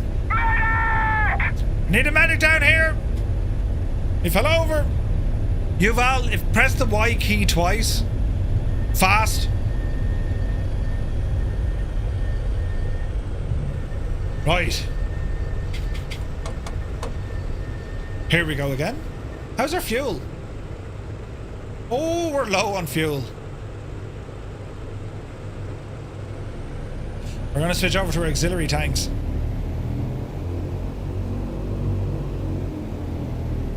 Oh wait, sorry, Shift Z. That's the default slew mode, is it? Shift Z.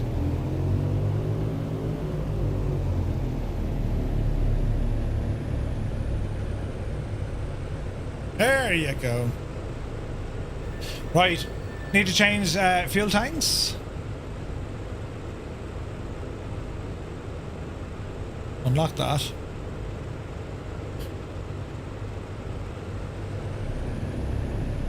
Alright, so alternate tanks.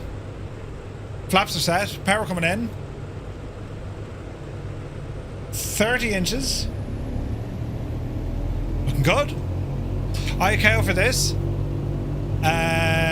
John, it is Charlie Alpha Zulu 5. Must be the first DC-6 TTM flight I've missed. Ah, Dougal, no way. Don't worry. We'll be doing more of them, buddy. Don't worry. Also, if you look at the data on Flight Radar, some of it is comical. A Tomahawk climbing at 36,000 feet a minute. Yeah. Right. Power. Oh yeah, I properly broke my engines, look. We can't even get above 48 inches of manifold pressure.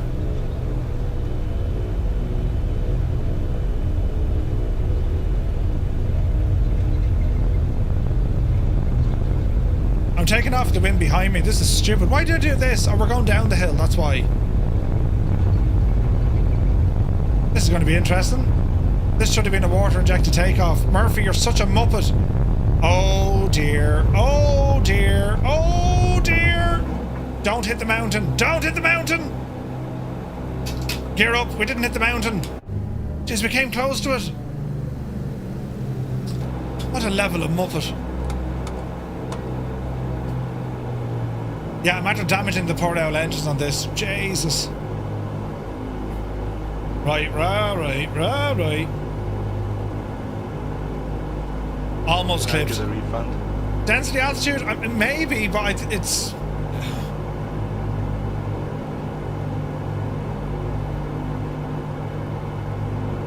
Will this give me density altitude? Easy now.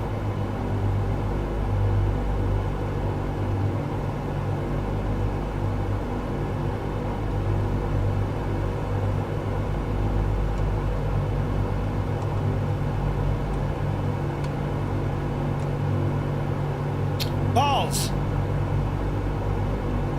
Try that again, Murph. Yes. There we go. No, but if the GTN installed, it'll do it. I think we can get density altitude on this guy, can we?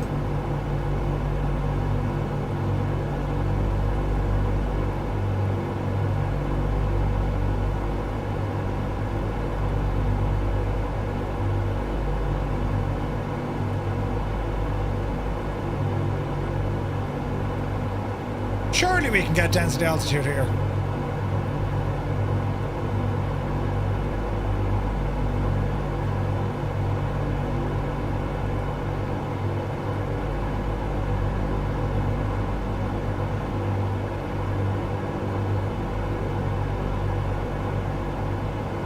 Right. 34,634. I mean, you know, we all like a bit of crack, but like, is that like what?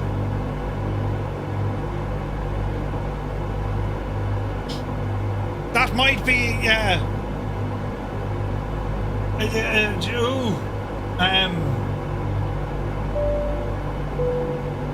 that's Looks like I picked the wrong week to quit amphetamines. right. Cylinder head temperature's off the friggin' top again.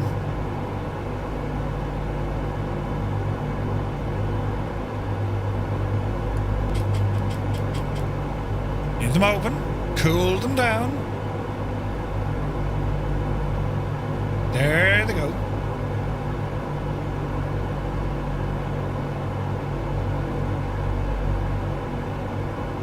There we go.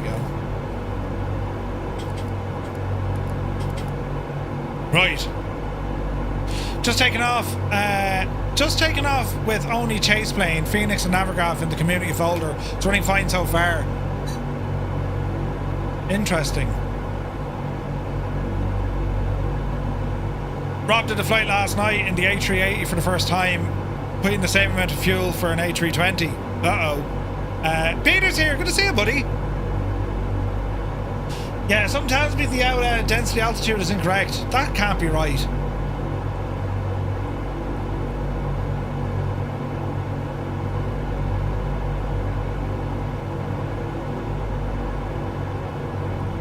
That can't be right.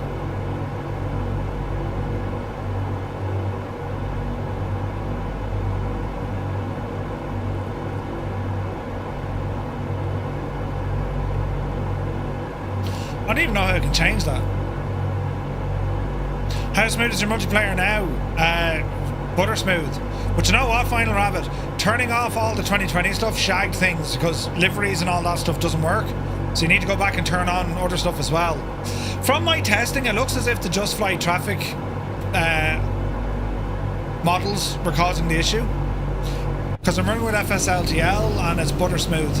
Butter smooth. It might work if you populate the data, but that's a pain in the ass. 100%.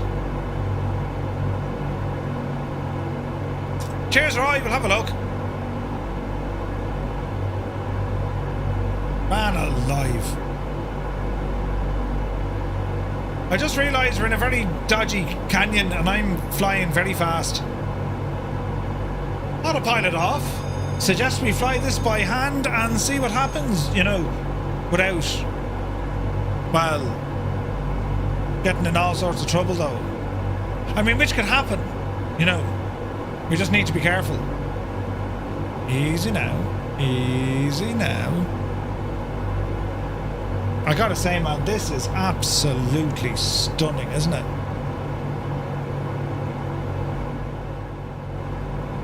Some tunage!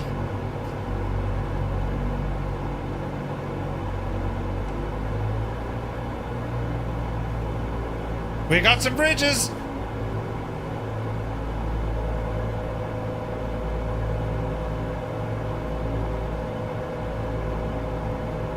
I don't think we're gonna fit there.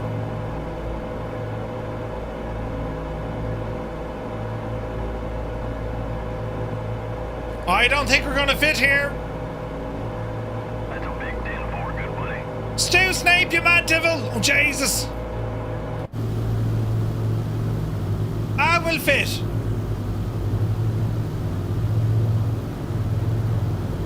Jesus! Yeah, baby!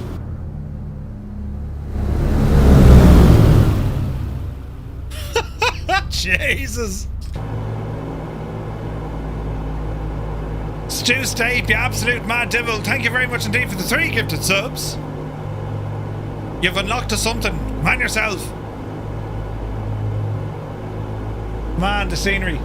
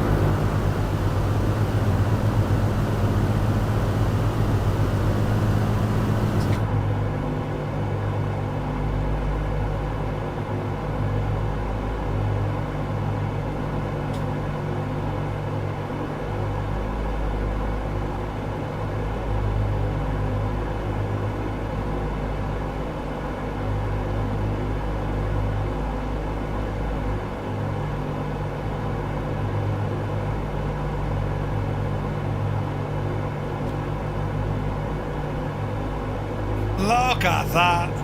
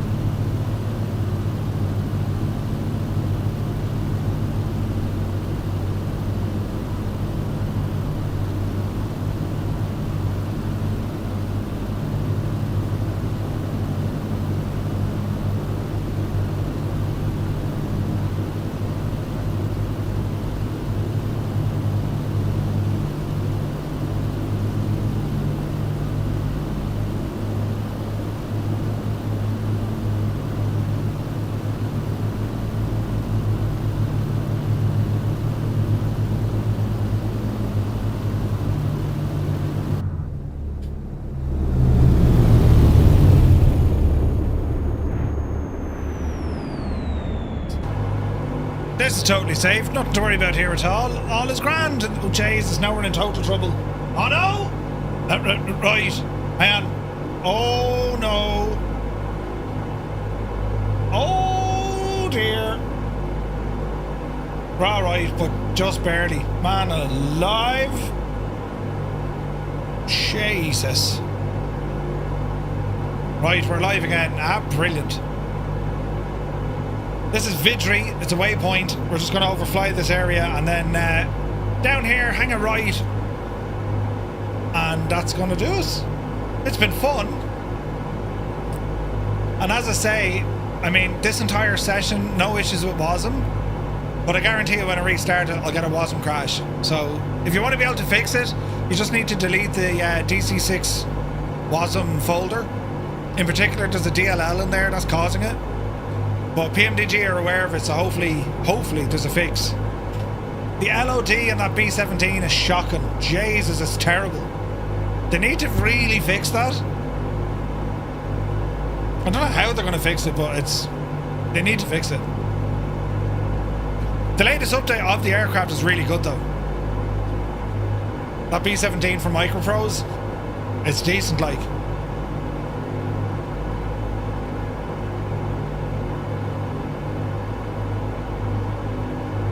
Stu, you need to try that 2020 medicine. I mean, technically, even the streamed data that's 2020, I mean, I've disabled all of that. I turned back on liveries. I wonder is that going to, maybe that's causing you the issues. This is running butter smooth, lads, and we're in multiplayer, so like, I haven't had a single stutter today. You know what I mean? I just hope it's now finally solved. We'll know tomorrow night, we'll get a good idea. Mr. Roddyman, good to see you. This is the PMDG DC-6. And it's only gorgeous.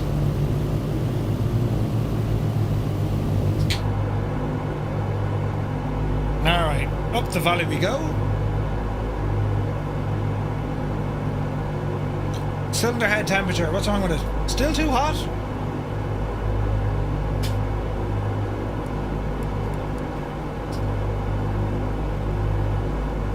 And oil temperature still a little bit off.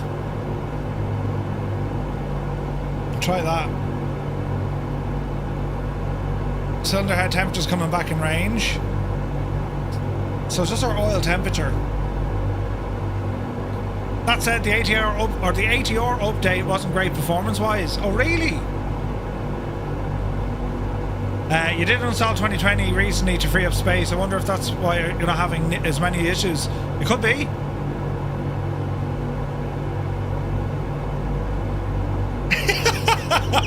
Stu Snape, that's so funny. I'll take a look. Twitch is now telling me I need 50 gifted subs to unlock the next badge. I tell you what, Twitch can check off. That's hilarious. Twitch made me do it. That's brilliant. Roy is working on a tool that might be able to improve all of this. Maybe there should also be a WASM detector and rebuilder option. You can't rebuild it inside the sim. Well, sorry, you can. But you can't rebuild it if the aircraft is loaded and active. Does that make sense, Roy? Right, how's everything? Oil temperature is still giving out to me.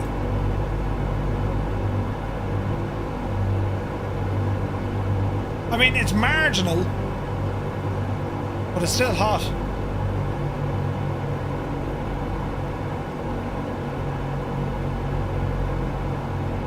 Like, that's a oil pressure, yeah, because my RPM is on the ground. We're trying to cool it down.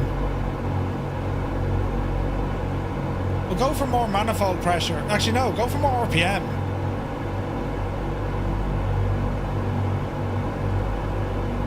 I don't know how to fix the oil temperature.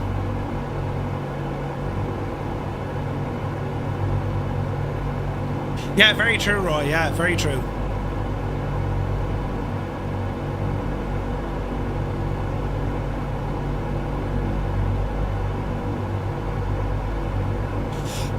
I wonder what oil dilution. No?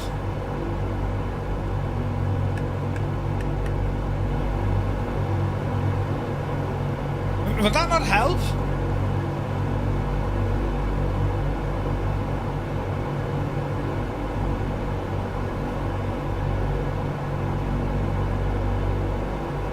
I don't think so. The water cooler. Water cooler. Ease off the throttle.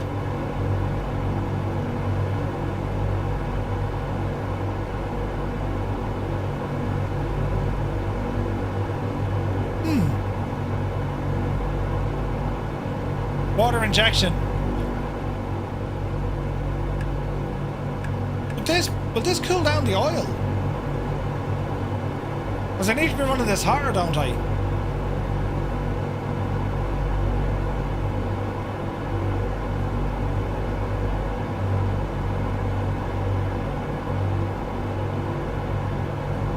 Like this doesn't come in until about 47 inches of mercury or manifold pressure. Yeah, no, it's not going to like that. Yeah, water injection. Think of it like a turbo. Water injection pumps. I don't think that's right. Like, we have oil temperature is the issue. Yeah, it's not for cooling. I was thinking that. So if we want better, well, it's not even going to be mixture. Hi from South Carolina. Good to see you. Yeah, I'm trying to think, how do we cool the oil?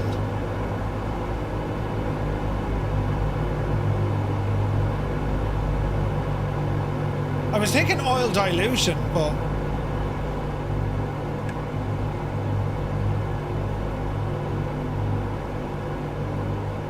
I don't know. Reduce RPM.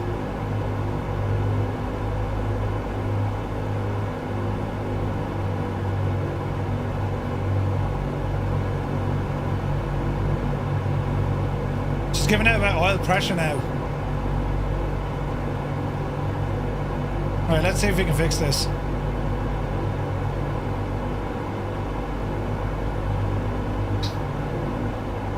That RPM is too low for the oil pressure though.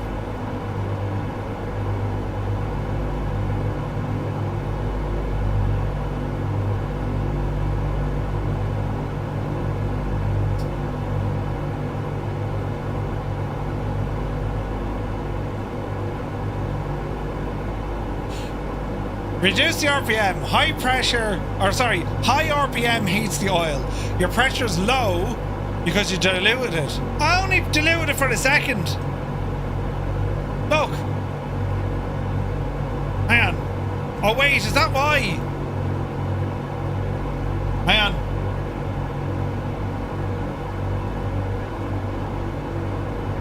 I mean, it's you know, it's fine. The temperature isn't fine though. So if you're right. So if I lower the RPM now. Hang on, we nearly had it.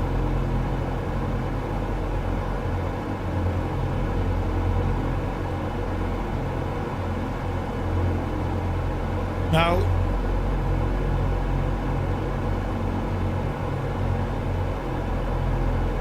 Right, there's oil pressure, and now if I do it this way, my temperature drops. Isn't that right? Isn't it? Shouldn't it? It's not jack and moving. I need to top the glass. If you dilute the oil, it gets it goes past the piston rings. Oh, does it? Oh, right. Your oil pressure's low because you shagged the engines. No, I didn't. My oil pressure's laughing at us now. Look, but my oil temperature is still too high. So I've lowered the RPM to 2000. This will probably just take a few minutes.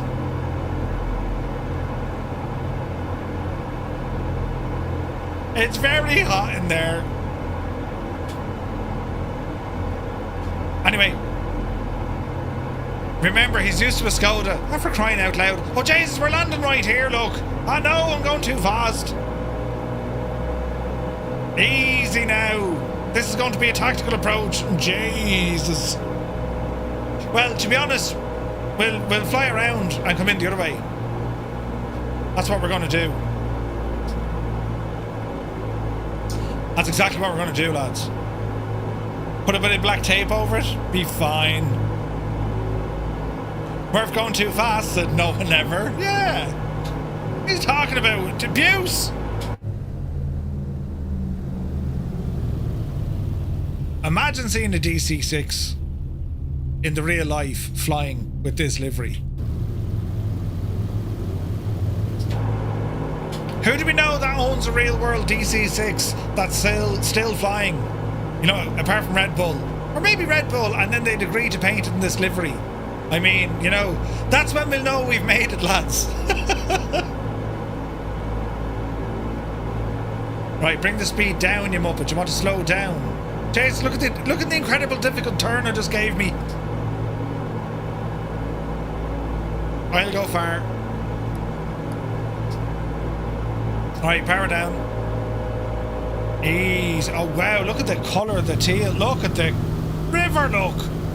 Look at the lake up there. Jesus, the colour of it. Look. It's pure palatial. Now, if I do this right, drop the legs. There we go. And we do a little bit of this. The wide angle turn, you know. I don't think this is Banff. Is it Banff? No, it's not Banff. Right, watch the speed.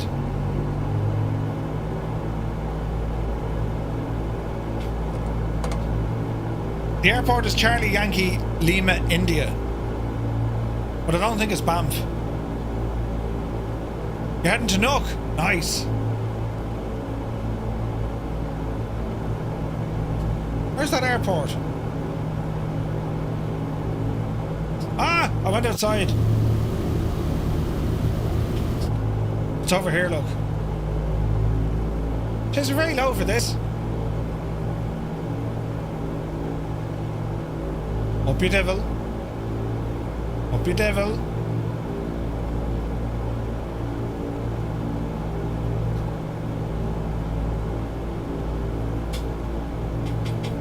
Right, easy now. Gently does it.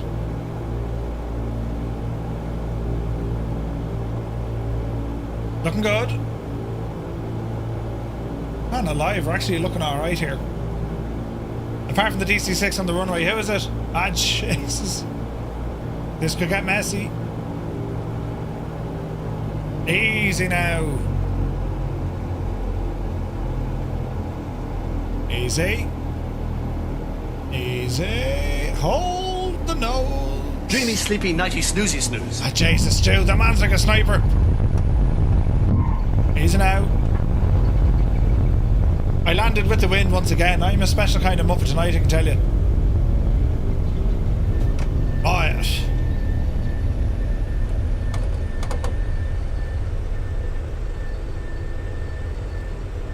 Easy.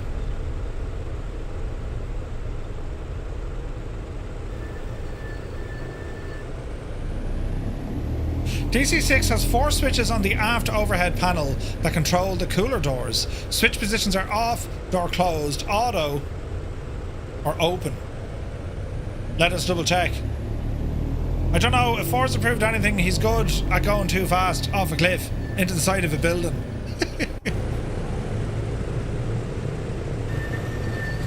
Right, park and brake on. Generator. Circuit breakers. There's nothing there for oil. Oh, the aft overhead panel.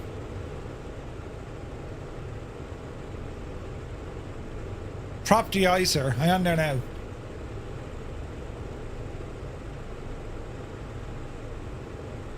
Okay.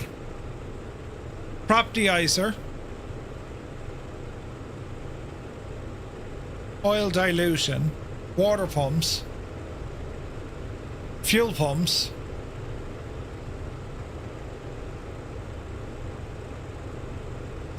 I'm not seeing those.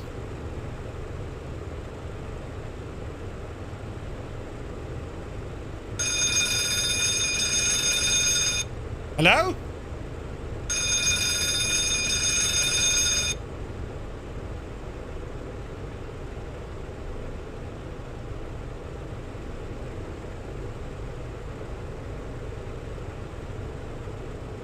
Am I missing something?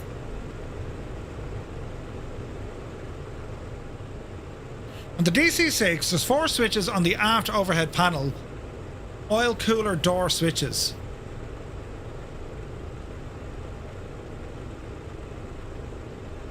I don't see them.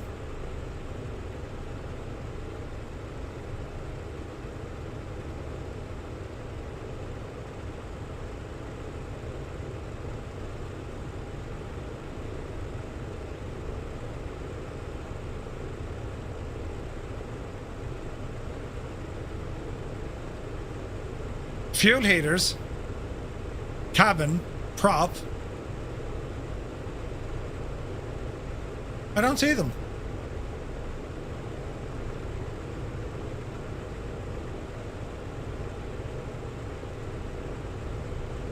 Prop deicer, water injection on or off, right?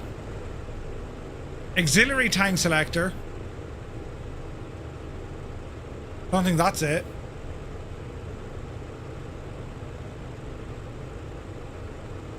Is that from like the real aircraft or is that from PMDG's aircraft? I really don't see them.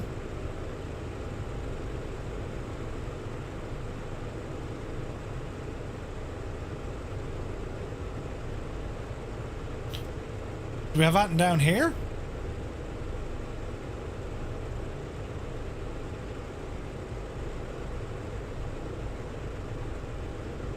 Engine fuel and oil pressure warning isolation. I've never seen them or used them. I'm the same. This is news to me. I've never seen oil doors.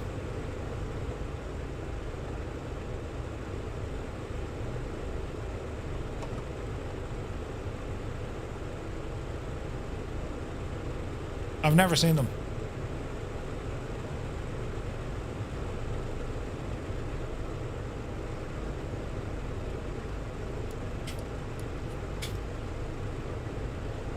Anyone seen them before?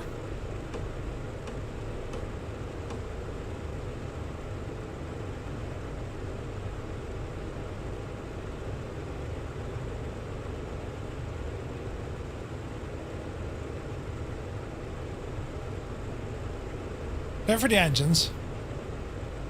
Mind you, it took me time to learn about the reverse.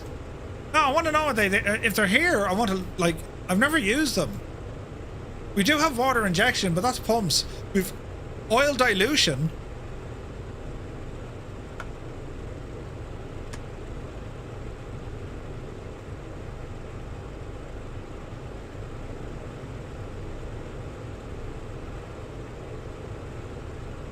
That's all to do with like anti-ice.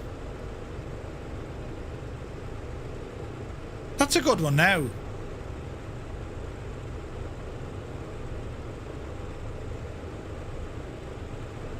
I really don't, I see nothing about oil cooling.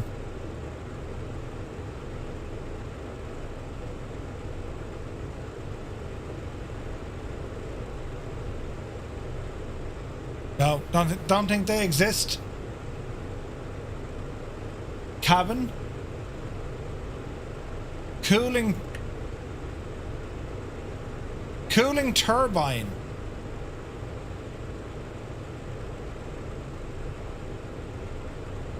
I mean, it's dropping because we're idling. You know what I mean?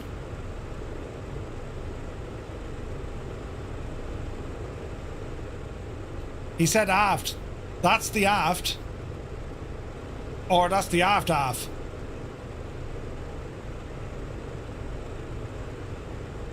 Behind your overhead. No, like that's your overhead. Then here you have circuit breakers, but I didn't see that in here. Generators, hydraulics, water injection pumps. But these are up-down switches. You know what I mean?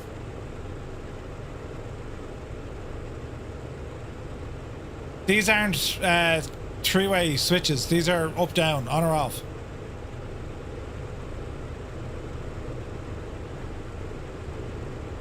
The overhead panel is the large panel behind the pilot and co-pilot seat.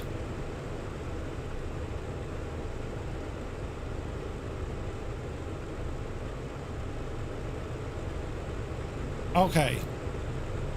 So, this is the only other panel we have.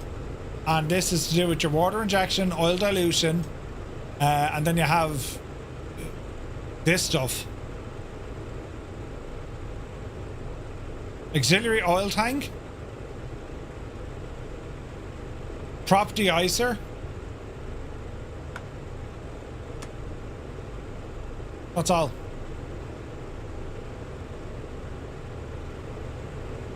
There's no other panel there that I can see.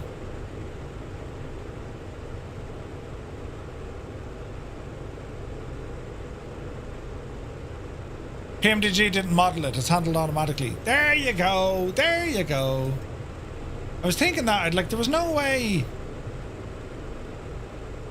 I mean, yeah, okay, I'm a tick when it comes to other things, but I never came across that. Unless... Oh, there's nothing else there. Interesting. Okay, so they never modelled them. Alright. Right. Maintenance. Repair engine. Engine oil. So engine 2 burnt more oil. That's interesting, isn't it?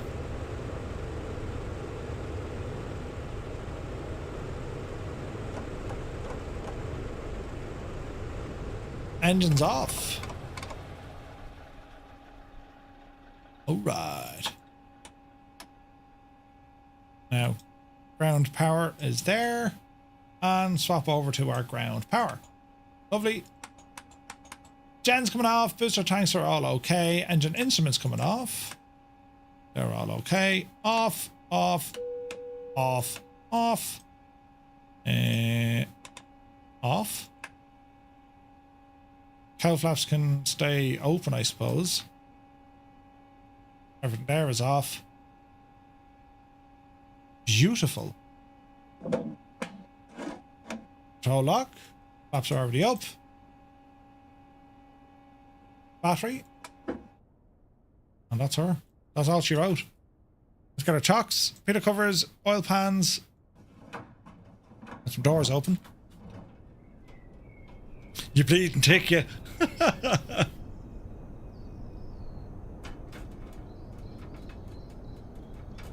So our issue was high oil temperature. So if it's done automatically, if you hadn't, like, it depends on how well you're running your engines, I suppose. You know what I mean? Man alive, what a machine this is. This is an absolutely exceptionally good airplane. It is class, lads. So that's our what's that up there? It's a mountain. It's a mountain. Is he leaving the props at 2800 RPM? No, to Jesus, Martin. No, I'm keeping the props between kind of 22 and 2400. You know. Power controls or absence from the cockpit. If you're troubleshooting high oil temperatures in the sim, you'll need to rely on other engine management techniques as the oil cooling system is not functional. Aha! Right, we learned. Brilliant! Yellow, by the way, means at the high or low end of acceptable stress range. Yeah. Like, it wasn't a disaster, you know. But always interested to see. But what an aircraft. Like, it's just gorgeous. And it's fun learning the thing and figuring out what works and what doesn't. You know what I mean? And even in its 2020 state, in terms of texturing and whatever, it's still gorgeous, isn't it? I'm sure overheating oil temps doesn't damage the engine.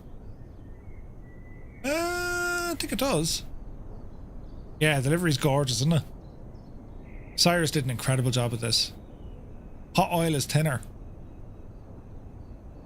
Yeah, but yeah, unless you burn it completely out. If they didn't model it, then they probably don't model the damage. Yeah, probably. But yeah, what a machine, lads. Isn't it gorgeous? It's just a friggin' gorgeous airplane. And again, to fly with you lads, once again, loving this. And no stutters. Now, granted, we'll learn more tomorrow night. We'll see if there's going to be more stores. Hey, Captain Cocktail's with us. Jeez, look at this part of the world we're in. Isn't this gorgeous? This airport, Charlie Yankee Lima, India. It's absolutely gorgeous, isn't it? Look at the mountains here, look. Stunning. We're in live weather as well. That's nuts. What a beautiful machine, though. The DC-6 is indeed back. WASM problems, but again, I think the WASM issues are only happening on reload. So you just need to go back to the main menu, delete your WASM folder, and then you jump back in and you're good to go, you know? Not taken away from other livery creators, as they also create good stuff, but Cyrus is a bit of a genius. Yeah. Cyrus is a genius with this stuff. That's a beautiful livery. I love it. It's class. I love this livery. I love the alpha liveries. They're just stunning. And the retro one we flew the other day. Where is that WASM folder? It's in like application data, local, packages, your sim location, and then just go into where it has local state, and that's where it is. It's in there. Do you know? It's very nice, isn't it? Very, very nice.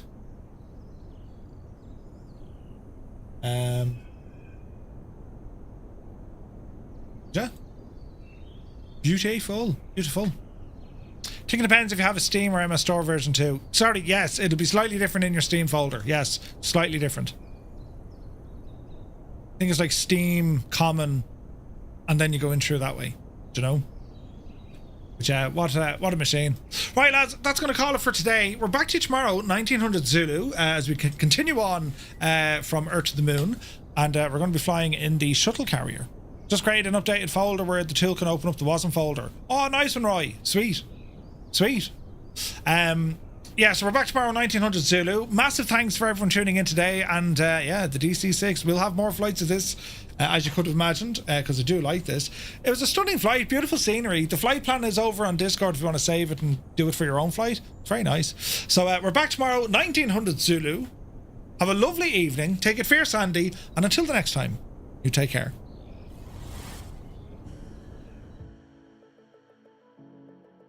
Dublin. Pascal Sheehy, RTE. Is Pascal Sheehy still doing the news? Oh, there's Gibbo, look! He almost turned it over. Gibbo, you nearly rolled it. Yeah, baby. Did you just say that? He nearly rolled the trailer coming in. Hilarious. Cheers, Gibbo. Yeah, we can hear you.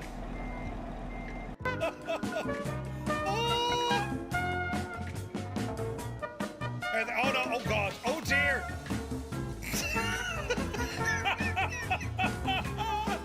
It's like a friggin' Olympic somersault. What was that, Dwayne? But the mod control, from a viewer perspective, it makes the whole thing quite negative, doesn't it? When you delete, you're sitting there and you're thinking, Jesus, this is painful to watch. This is like watching the end of Glen Rowe or... Do you need a hand? No, I don't need a hand. Do I need a hand? It's heavy, yeah. Jesus, Murph!